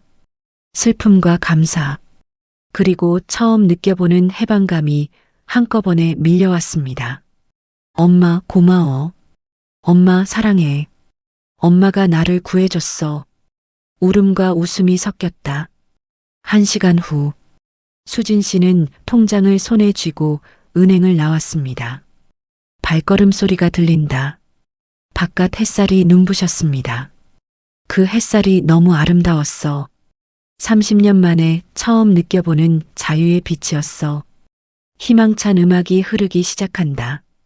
수진 씨는 카페에 앉아 생각했습니다. 카페 소음이 들린다. 이제 어떻게 해야 하지? 시댁에 알려야 하나? 아니야. 엄마가 말했어. 시댁에 한 푼도 주지 마라. 이건 내 거야. 결심이 섰다. 수진 씨는 곧바로 인터넷을 검색했습니다. 핸드폰 터치 소리가 들린다. 대한민국 최고의 이혼 전문 변호사. 검색 결과가 나왔습니다. 김민재 변호사. 승소율 98%. 이혼 전문 20년 경력. 이 사람이다. 수지는 바로 전화를 걸었다. 전화 거는 소리가 들린다. 여보세요. 김민재 변호사 사무실입니다. 이혼 상담 예약하고 싶습니다. 네, 고객님. 언제 오시겠습니까? 내일 가능한가요? 급합니다. 네, 내일 오전 10시 어떠세요? 오실 때 관련 증거가 있다면 보고 싶습니다. 함께 가져오세요. 좋습니다. 감사합니다. 전화를 끊었다. 이제 시작이야. 내 반격이 결의에 찬 목소리였다. 그날 밤 수진 씨는 집에서 시댁과 관련된 모든 증거를 모았습니다. 서류 정리하는 소리가 들린다.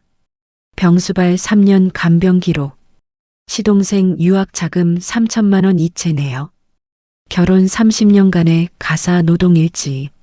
시댁의 언어폭력 녹음 파일. 이혼 협박 문자 메시지. 모두 다 모았어.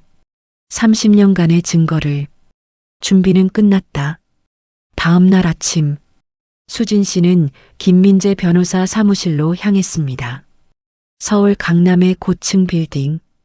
엘리베이터 소리가 들린다. 30층. 문이 열렸다. 김민재 법률사무소. 당당하게 문을 열고 들어갔다. 문 여는 소리가 들린다. 김민재 변호사가 일어나 인사했다. 어서 오세요. 박수진 님이시죠? 네, 맞습니다. 두 사람은 마주 앉았다. 의자 앉는 소리가 들린다. 수진이 차분하게 말했다. 저는 30년간 시댁의 노예로 살았습니다. 이제 이혼하려고 합니다. 그리고 제가 바친 30년에 대한 정당한 대가를 받고 싶습니다. 김민재 변호사가 고개를 끄덕였다. 자료를 보여주시겠습니까? 수진이 준비한 서류를 꺼냈다. 서류 꺼내는 소리가 들린다. 김민재 변호사가 서류를 꼼꼼히 살펴봤다. 30분이 지났다. 시계 째깍거리는 소리가 들린다. 김민재 변호사가 입을 열었다. 박수진님, 치밀하고 지적인 긴장감이 흐르는 음악이 들린다. 이건 완벽한 케이스입니다. 의뢰인께서 결혼 기간 동안 시댁에 제공한 경제적 기여도와 가사 노동의 가치는 매우 높습니다. 특히 시어머니 병수발 3년, 시동생 학비 지원 3천만 원 등에 대한 명확한 증거 자료를 확보하셨습니다. 전문적이고 냉철한 톤이었다. 그리고 무엇보다 김민재 변호사가 미소를 지었다. 어머님께 상속받으신 55억 원은 특유재산으로 분류되어 재산 분할 대상에서 완전히 제외됩니다. 즉, 이혼 후에도 55억 원은 온전히 의뢰인님의 몫이 됩니다. 시댁 측은 단 한 푼도 손댈 수 없습니다. 확실한 승리 암시였다. 수진의 얼굴에 미소가 번졌다. 정말요? 네. 법적으로 완벽히 보호됩니다. 오히려 우리는 시댁 측의 정신적 학대와 경제적 착취에 대한 위자료를 청구할 것입니다. 최소 5억 원 이상을 목표로 하겠습니다.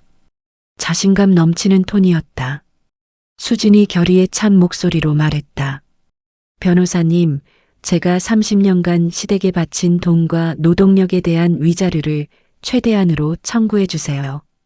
저는 이혼하고 빈손으로 나가지 않을 겁니다. 김민재 변호사가 고개를 끄덕였다. 네, 시댁 측의 정신적 학대와 경제적 착취에 대한 증거도 충분합니다.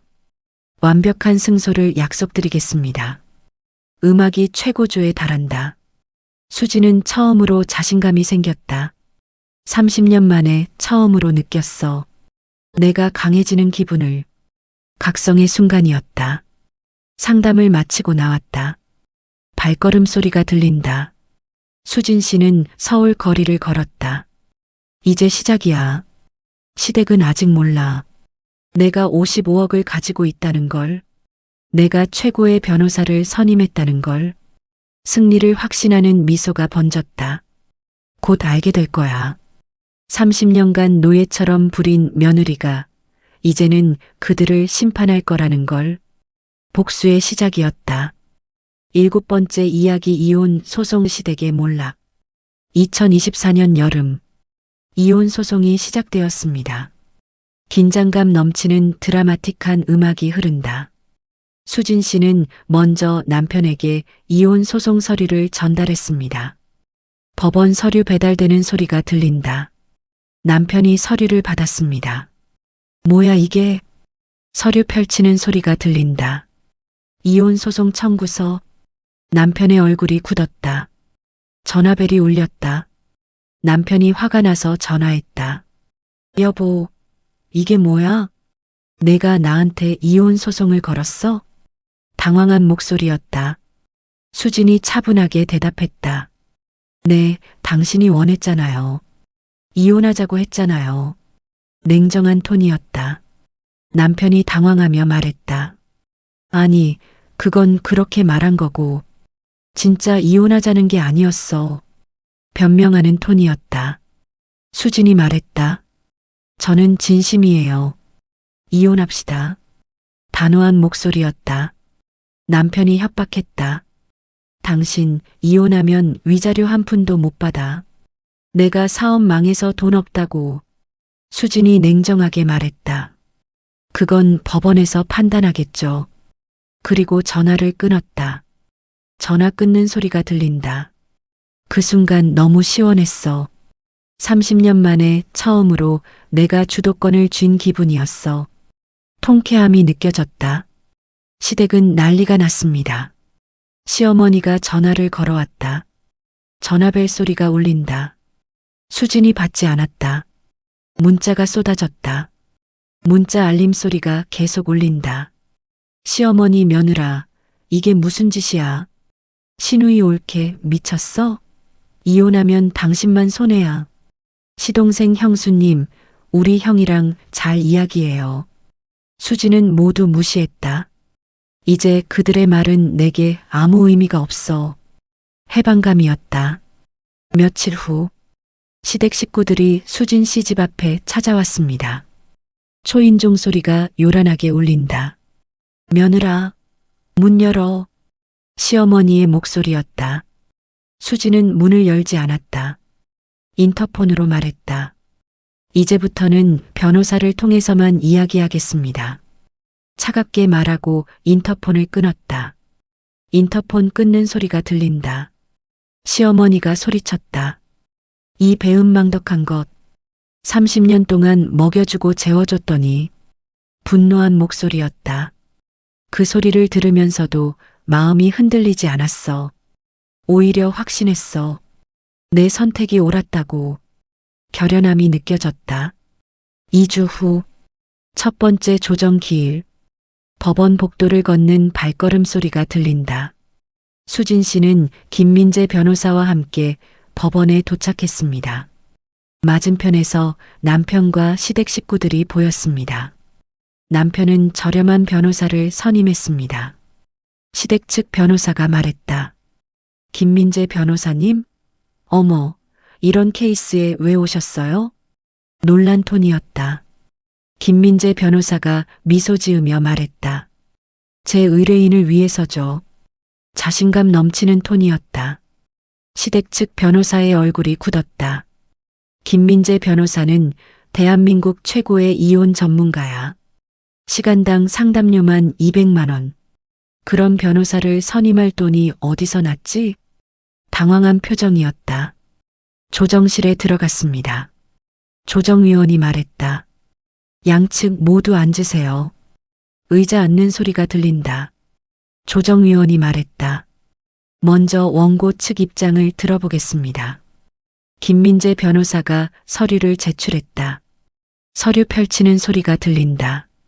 판사님, 의뢰인 박수진 씨는 30년간 시댁에 헌신했습니다.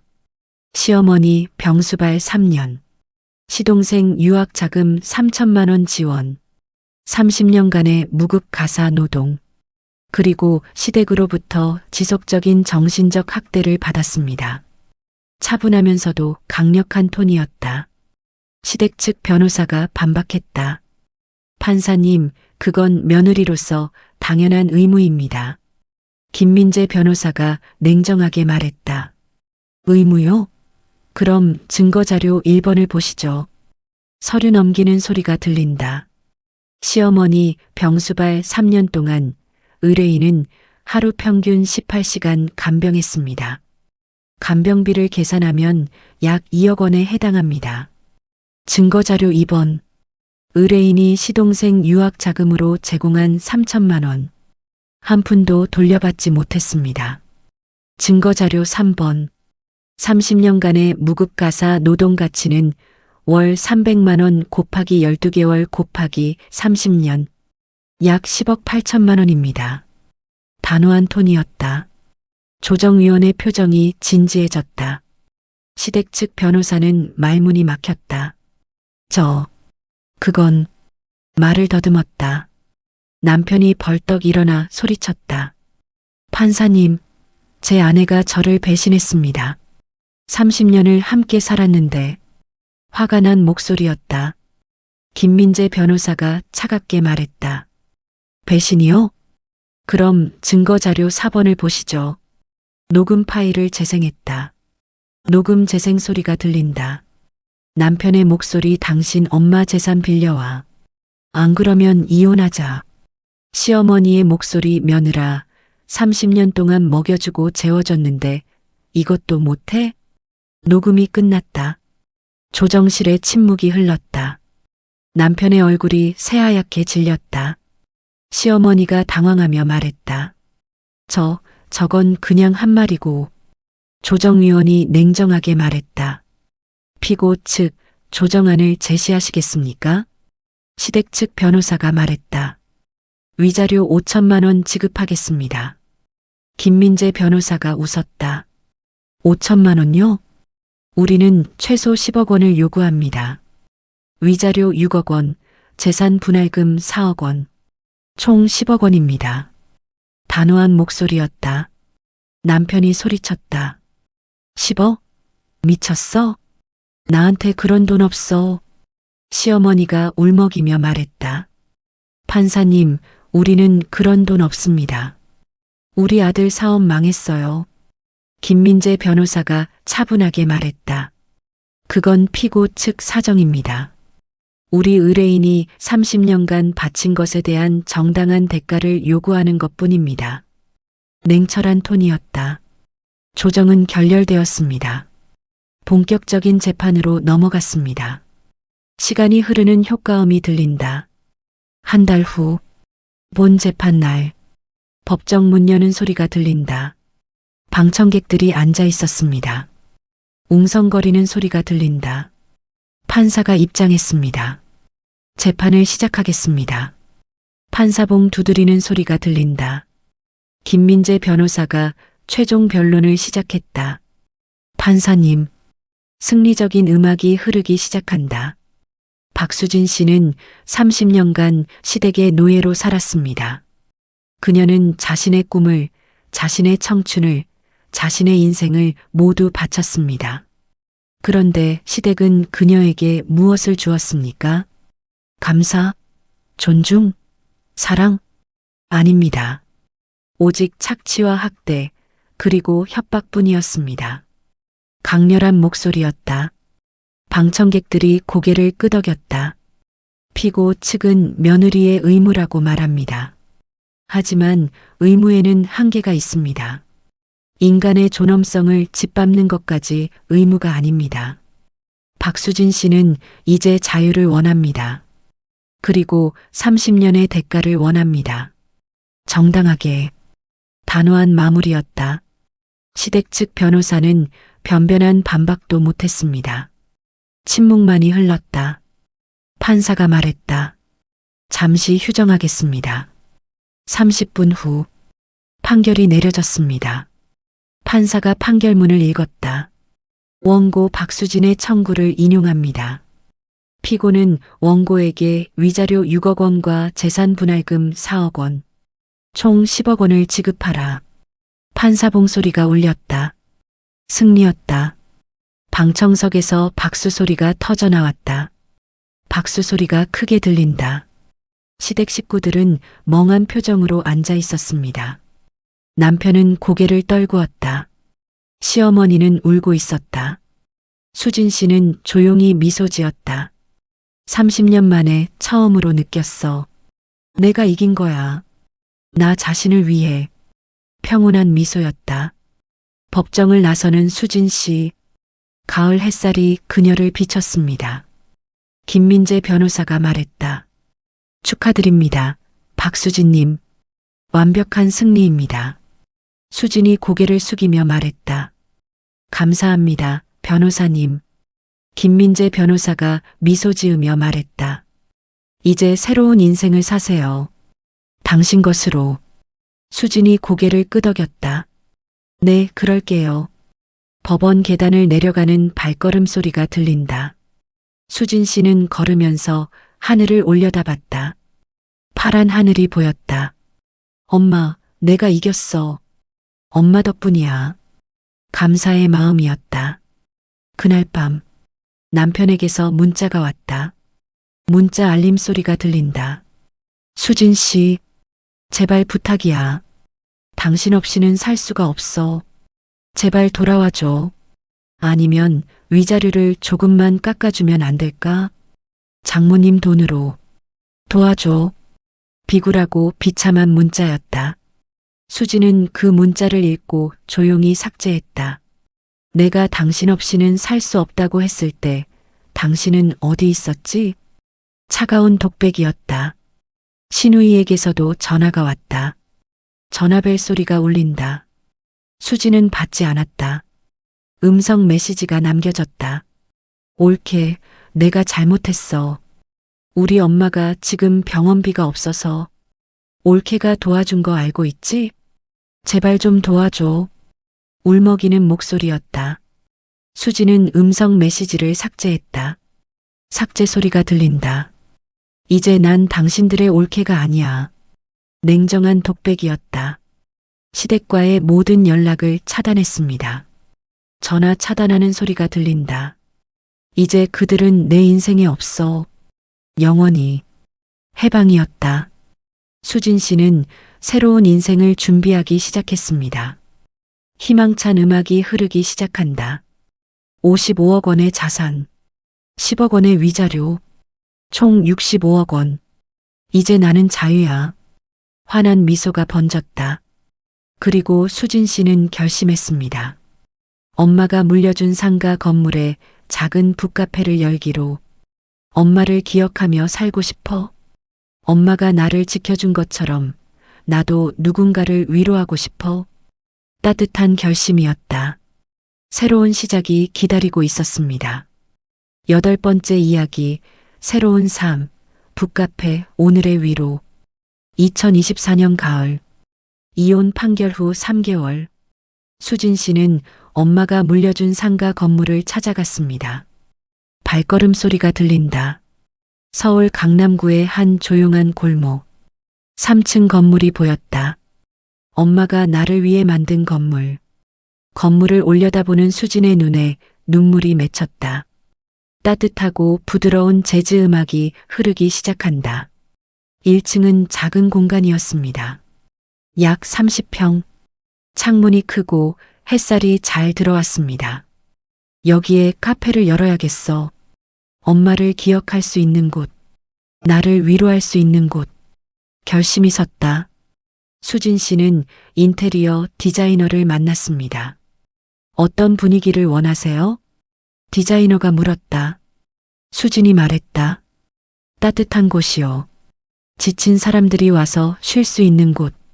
책을 읽고 커피를 마시고 마음을 치유할 수 있는 곳. 진심이 담긴 목소리였다.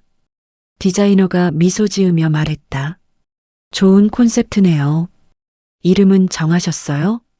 수진이 잠시 생각하다가 말했다. 오늘의 위로.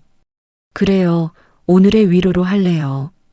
따뜻한 미소였다. 한 달간의 공사. 망치 소리, 톱질 소리, 페인트 칠하는 소리가 들린다. 수진 씨는 매일 공사장에 나와 함께 일했습니다. 직접 벽을 칠하고, 직접 가구를 배치하고, 직접 책을 선정했습니다. 내 손으로 만드는 내 공간.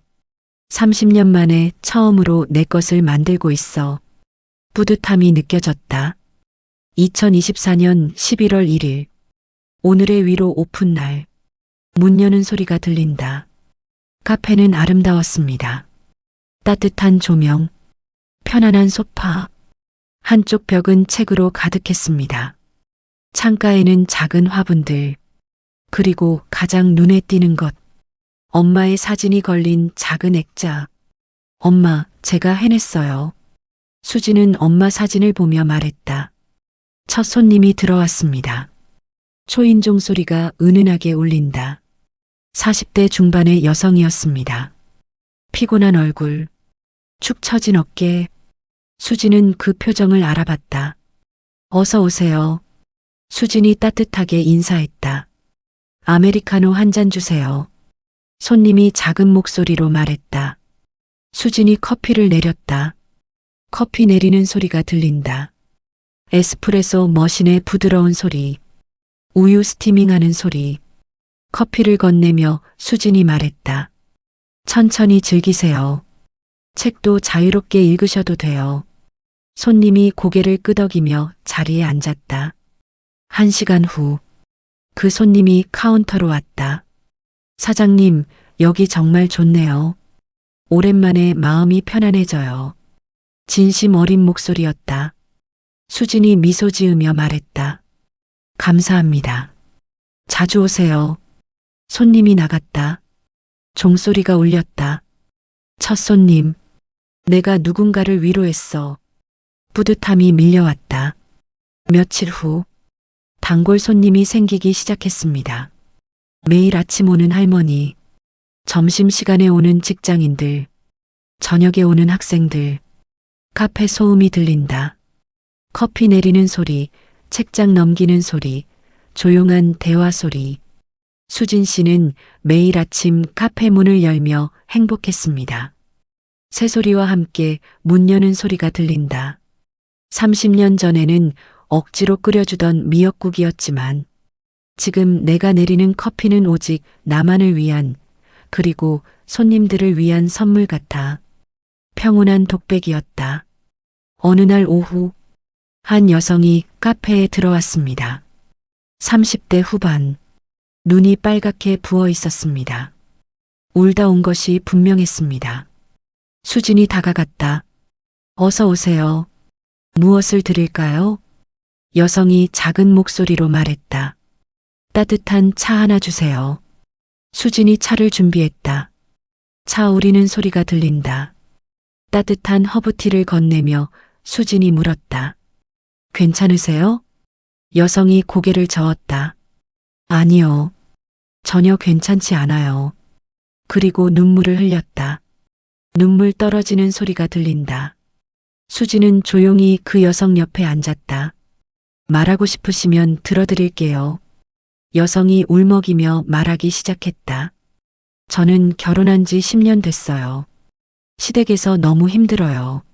시어머니는 저를 며느리가 아니라 하녀처럼 대하고, 남편은 엄마 편만 들고, 저는 매일 울어요.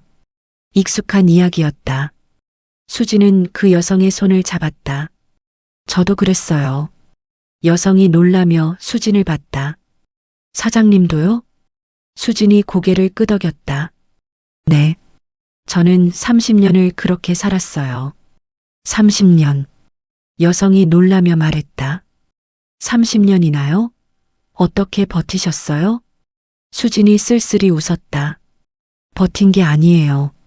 그냥 살았을 뿐이에요. 나를 잃어가면서. 여성이 울었다. 저도 그래요. 나를 잃어가고 있어요. 수진이 따뜻하게 말했다. 아직 늦지 않았어요. 10년이면 아직 젊어요. 당신의 인생을 되찾으세요. 저처럼 30년을 기다리지 마세요. 진심 어린 조언이었다. 여성이 수진을 바라봤다. 어떻게 되찾아요? 수진이 말했다. 용기를 내세요. 당신이 원하는 게 뭔지 생각해 보세요. 그리고 그것을 위해 싸우세요. 나처럼. 강한 눈빛이었다. 두 사람은 한참을 이야기했습니다. 시간이 흐르는 소리. 해가 지고 있었습니다. 여성이 일어나며 말했다. 사장님, 오늘 정말 감사했어요.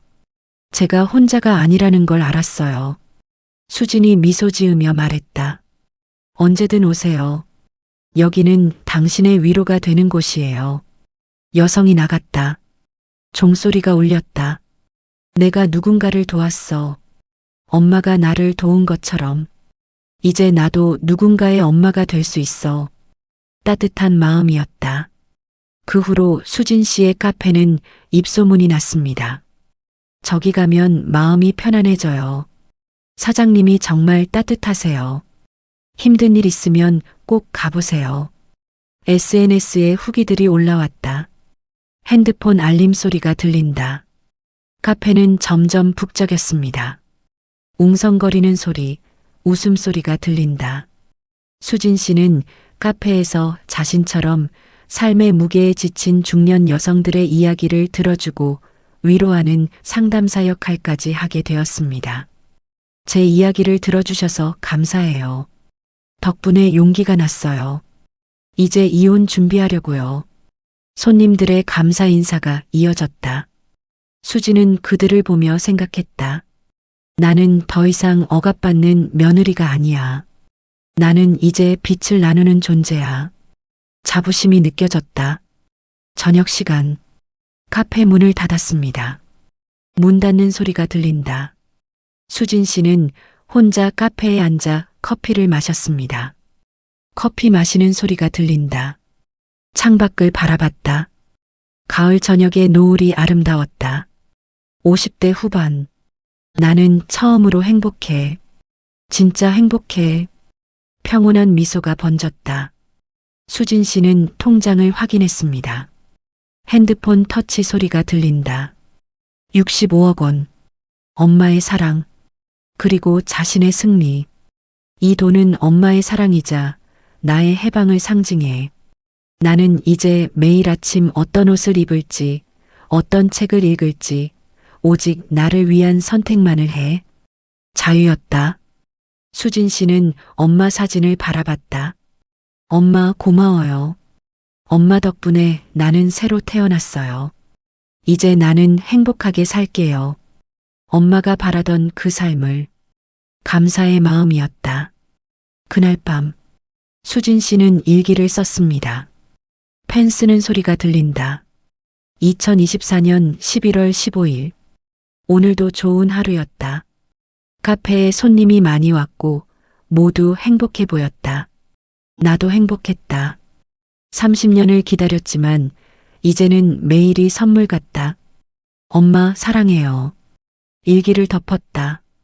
일기장 닫는 소리가 들린다. 수진 씨의 해방은 완전했습니다. 그녀는 더 이상 뒤를 돌아보지 않았습니다. 희망찬 음악이 흐른다.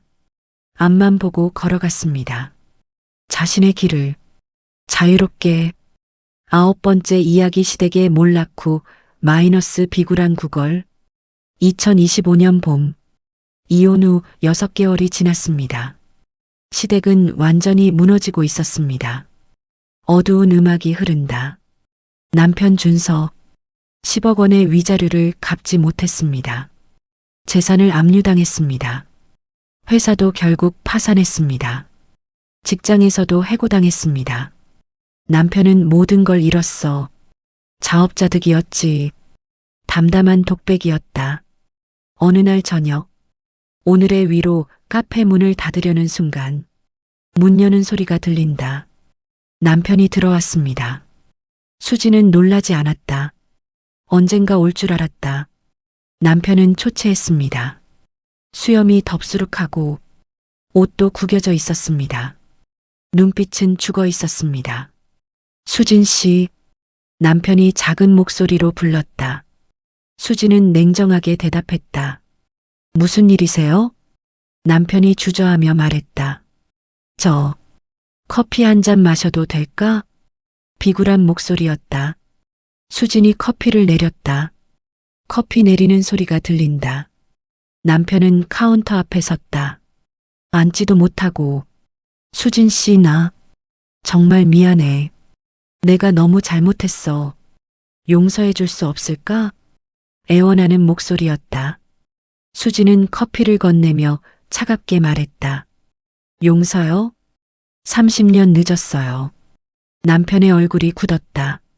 수진 씨, 나 정말 힘들어. 직장도 잃었고, 집도 없고, 지금 고시원에서 살고 있어. 제발 좀 도와줘. 구걸하는 목소리였다. 그 순간 30년 전이 떠올랐어. 당신 없이는 살 수 없어라고 말했을 때, 당신은 그때 어디 있었지? 차가운 독백이었다. 수진이 말했다. 준서 씨, 저는 더 이상 당신의 아내가 아니에요. 당신의 문제는 당신이 해결하세요. 단호한 목소리였다. 남편이 눈물을 흘렸다. 수진 씨, 제발. 나 정말 죽을 것 같아. 우리 30년을 함께 살았잖아. 울먹이는 목소리였다. 수진은 웃었다. 차갑게. 30년이요? 그 30년 동안 저를 뭘로 봤죠? 가족? 아내? 동반자? 아니죠. 저는 그냥 당신의 도구였죠. 냉정한 톤이었다. 남편은 아무 말도 못했다. 수진이 계속 말했다. 이제 저는 제 인생을 살아요. 당신 없이도 잘 살 수 있어요. 아니, 당신 없이 더 행복해요. 확신에 찬 목소리였다. 남편은 고개를 떨구었다. 나가주세요. 영업 끝났어요. 수진이 문을 가리켰다. 남편은 비틀거리며 나갔다. 문 닫는 소리가 들린다. 30년의 무게를 그 사람은 이제야 느끼는 거야. 너무 늦었어. 담담한 독백이었다. 일주일 후 신우이에게서 전화가 왔습니다. 전화벨 소리가 울린다. 수지는 받지 않았다. 음성 메시지가 남겨졌다. 음성 메시지 소리가 들린다. 올케. 아니, 수진 씨. 나야, 혜진이. 부탁이 있어서. 목소리가 떨리고 있었다. 우리 애가 대학 등록금이 필요한데. 통장에 돈이 없어. 혹시 좀 빌려줄 수 있을까? 나중에 꼭 갚을게. 비굴한 목소리였다. 수지는 음성 메시지를 듣고 삭제했다. 예전에 나였다면 빌려줬을 거야. 하지만 이제는 아니야. 냉정한 독백이었다. 그날 저녁, 신우이가 직접 카페로 찾아왔습니다. 문 여는 소리가 들린다. 얼굴이 많이 야위어 있었습니다. 명품 가방도 없었습니다. 예전의 교만함도 사라졌습니다. 수진 씨, 신우이가 조심스럽게 불렀다. 수진은 표정 변화 없이 말했다. 무슨 일이세요? 신우이가 어색하게 웃으며 말했다. 그게 우리의 대학 등록금 때문에 혹시 좀 도와줄 수 있을까 해서. 애원하는 톤이었다. 수진이 물었다. 얼마요? 신우이가 작게 말했다. 500만 원만. 꼭 갚을게. 수진은 차를 한 모금 마시고 말했다. 안 돼요. 단호한 거절이었다. 신우이의 얼굴이 굳었다. 왜? 수진 씨는 돈 많잖아. 55억이나 있으면서 500만 원도 안 빌려줘? 목소리가 높아졌다. 수진이 냉정하게 말했다. 제 돈이니까요. 제가 왜 빌려줘야 하죠? 신우이가 화를 냈다. 우리가 30년 동안 너 먹여 살렸잖아. 이제 와서 이래? 배은망덕하게 소리를 질렀다. 수지는 웃었다. 먹여 살렸다고요? 제가 30년 동안 바친 게 얼마인지 아세요? 시어머니 병수발 간병비 2억, 시동생 유학 자금 3천만 원, 30년 가사 노동가치 10억 8천. 제가 먹여 살린 거죠. 강한 목소리였다. 신우이는 말문이 막혔다. 수진이 계속 말했다. 그리고 기억하세요? 제 결혼기념일에는 뭐라고 했죠? 옳게 갈비찜 짜다. 전이 탔다. 한 번도 고마워하지 않았죠. 차가운 목소리였다. 신우이는 눈물을 흘렸다. 수진 씨, 제발. 우리 애가 학교를 못 다니게 생겼어. 울먹이는 목소리였다. 수진은 흔들리지 않았다. 혜진 씨의 문제는 혜진 씨가 해결하세요. 저는 이제 올케가 아니에요. 단호한 거절이었다. 신우이는 비틀거리며 나갔다. 문 닫는 소리가 들린다. 예전의 나였다면 눈물에 넘어갔을 거야. 하지만 이제는 달라. 나는 더 이상 그들의 호구가 아니야. 강한 독백이었다. 한 달 후 시동생이 찾아왔습니다. 문 여는 소리가 들린다. 그는 이제 40대 중반. 여전히 무직이었습니다. 형수님, 시동생이 불렀다. 수진은 차갑게 대답했다. 저는 형수가 아니에요. 시동생이 당황하며 말했다. 아, 죄송합니다. 수진 씨, 저 부탁이 있어서요. 조심스러운 톤이었다. 수진이 물었다. 뭔데요? 시동생이 말했다. 저 사업을 시작하려고 하는데 투자금이 필요해서요. 3천만 원만 빌려주시면. 기대에 찬 목소리였다. 수진은 웃었다.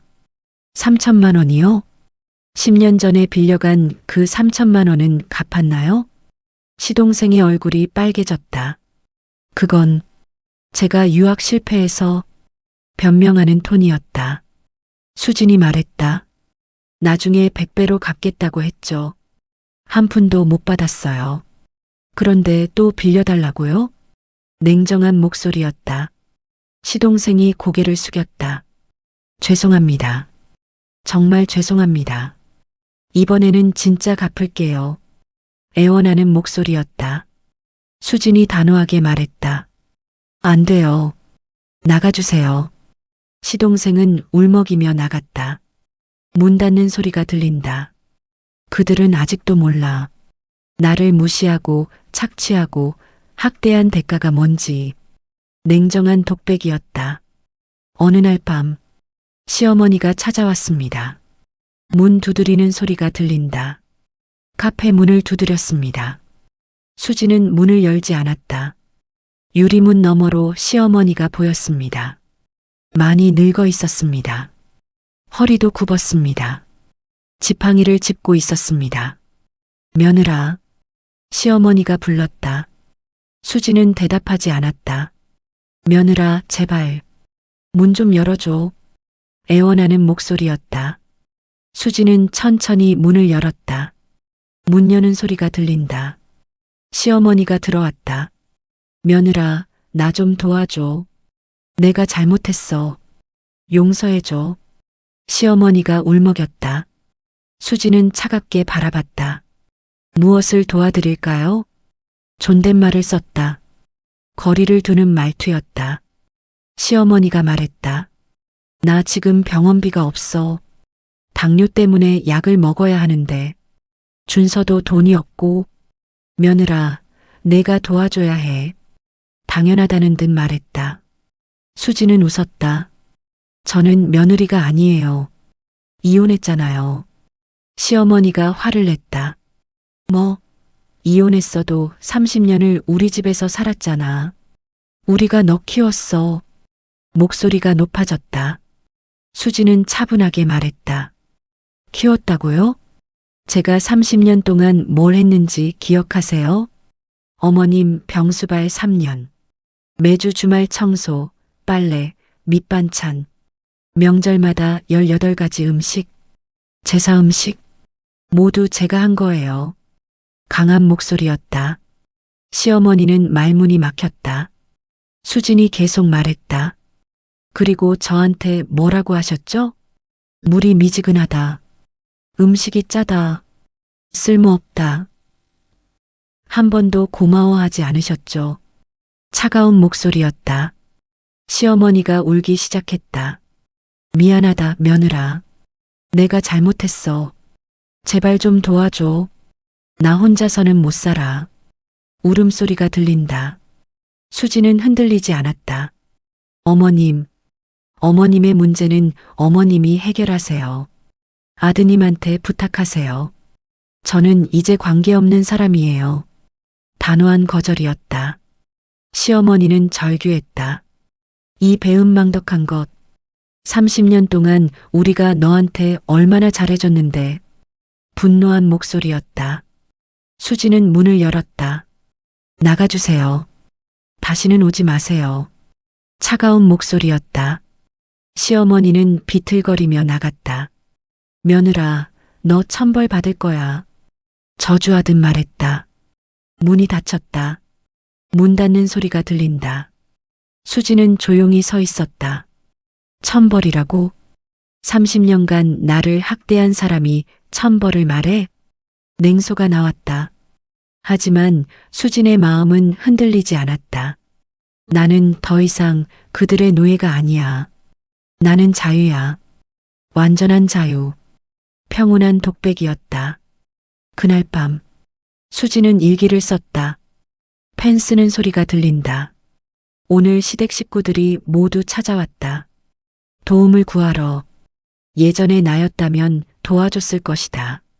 하지만 이제는 아니다. 나는 나를 지키기로 했다. 엄마가 지켜준 나를. 일기장을 덮었다. 수지는 창밖을 바라봤다. 밤하늘에 별이 빛나고 있었다. 엄마, 제가 잘하고 있죠? 이제 저는 후회하지 않아요. 저는 행복해요. 평온한 미소가 번졌다. 시댁의 몰락은 완전했습니다. 그리고 수진의 자유도 완전했습니다. 더 이상 뒤를 돌아볼 이유가 없었습니다. 희망찬 음악이 흐른다. 앞만 보고 걸어가면 되었습니다. 자신의 길을. 10번째 이야기 진정한 자유와 새로운 시작. 2025년 가을. 이혼 후 1년. 수진 씨의 하루가 시작됩니다. 새벽 6시. 새소리가 들린다. 수진 씨는 자연스럽게 눈을 떴습니다. 알람 소리에 놀라 일어나는 것이 아니라 스스로 일어났습니다. 30년 만에 처음으로 편안하게 잠들고 편안하게 일어나 평온한 독백이었다. 창문을 열었습니다. 창문 여는 소리가 들린다. 가을 바람이 불어왔습니다. 바람 소리가 들린다. 수지는 깊게 숨을 들이마셨다. 자유의 공기는 이렇게 달콤해. 미소가 번졌다. 아침 요가를 했습니다. 요가 매트 펼치는 소리가 들린다. 예전에는 상상도 못했던 일. 자신만을 위한 시간. 내 몸을, 내 마음을 돌보는 시간. 이제 나는 나를 사랑해. 평화로운 독백이었다. 아침 식사를 준비했습니다. 주방 소리가 들린다. 샐러드와 과일, 그리고 따뜻한 커피.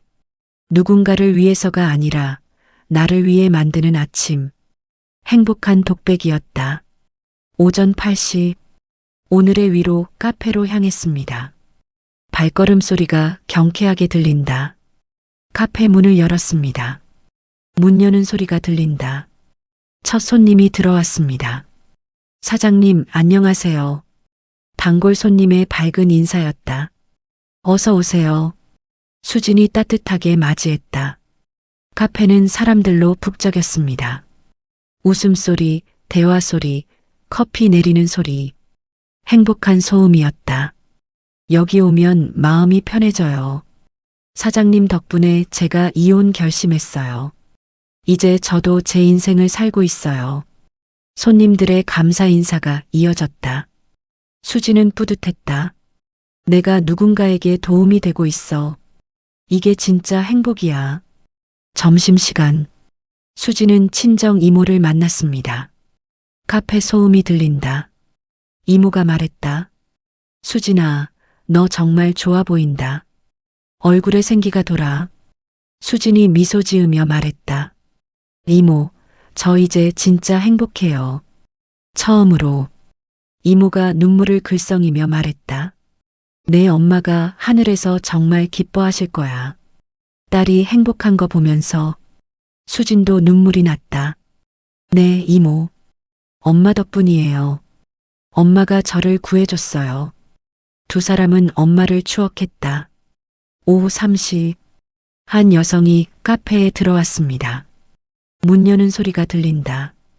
6개월 전 처음 왔던 그 여성이었습니다.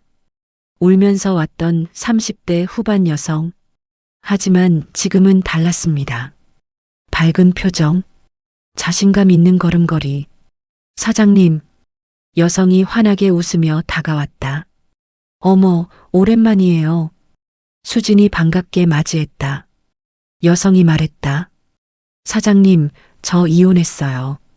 그리고 지금 너무 행복해요. 사장님 말씀대로 용기 냈어요. 환한 미소였다. 수진이 손을 잡으며 말했다.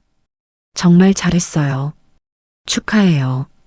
두 사람은 서로를 축하했다. 사장님이 아니었으면 못했을 거예요. 사장님이 저에게 용기를 줬어요. 여성이 감사 인사를 했다. 수지는 눈물이 났다. 기쁨의 눈물이었다. 저도 감사해요. 당신 덕분에 제가 누군가에게 도움이 된다는 걸 알았어요. 진심 어린 말이었다. 저녁 7시 카페 문을 닫았습니다. 문 닫는 소리가 들린다. 수지는 카페를 정리했습니다. 청소하는 소리가 들린다. 엄마 사진 앞에 섰습니다. 엄마, 오늘도 좋은 하루였어요. 엄마가 만들어준 이 카페에서 저는 매일 행복해요. 감사의 말이었다. 집으로 돌아가는 길, 발걸음 소리가 경쾌하게 들린다. 석양이 아름다웠습니다. 수지는 하늘을 올려다봤다. 엄마, 저 보이세요? 저 이제 진짜 자유예요. 30년 만에 벅찬 감정이었다. 집에 도착했습니다. 문 여는 소리가 들린다. 수진의 집, 수진만의 공간, 아무도 간섭하지 않는 곳, 내 집, 내 공간, 내 인생, 행복한 독백이었다. 저녁을 준비했습니다. 주방 소리가 들린다. 간단한 파스타와 와인. 예전에는 시댁 식구들 밥상을 차렸지만 이제는 나를 위해 요리해. 미소가 번졌다. 식사 후 수지는 책을 읽었습니다. 책장 넘기는 소리가 들린다. 30년 동안 읽고 싶었던 책들. 이제는 마음껏 읽을 수 있었다. 시간이 내 거야. 모든 순간이 평온한 독백이었다. 밤 10시 수지는 일기를 썼다. 펜 쓰는 소리가 들린다. 2025년 10월 15일. 오늘도 감사한 하루였다. 카페에서 많은 사람들을 만났고 그들에게 위로가 되었다. 나도 위로받았다. 이제 나는 정말 자유다. 엄마 사랑해요. 일기를 덮었다. 일기장 닫는 소리가 들린다. 침대에 누웠습니다. 내일은 또 어떤 하루가 기다리고 있을까? 기대돼. 행복한 독백이었다. 잔잔한 음악이 흐른다. 박수진 씨의 이야기는 여기서 끝이 아닙니다. 이제 그녀의 진짜 인생이 시작되었습니다. 55세, 새로운 출발. 늦은 것이 아닙니다. 지금이 바로 그녀 인생의 첫 장입니다. 바다소리가 들린다. 혹시 이 이야기를 듣고 계신 당신, 지금 힘드신가요? 억압받고 계신가요? 기억하세요. 당신에게도 선택권이 있습니다. 당신도 자유로울 수 있습니다. 나이는 숫자일 뿐입니다. 지금이라도 늦지 않았습니다. 희망찬 음악이 흐른다. 용기를 내세요. 당신의 인생은 당신 것입니다. 수진 씨처럼 당신도 자유로워질 수 있습니다. 화면에 자막이 떠오른다. 당신의 인생은 당신 것입니다. 용기를 내세요. 지금이라도 늦지 않았습니다. 마지막 장면. 수진 씨가 카페에서 미소 짓는 모습. 햇살이 그녀를 비추고 있다. 나는 자유다. 완전한 자유. 수진의 마지막 독백이었다. 시청해 주셔서 감사합니다. 구독과 좋아요, 알림 설정 부탁드립니다. 당신의 이야기도 들려주세요. 댓글로 응원의 메시지를 남겨주세요.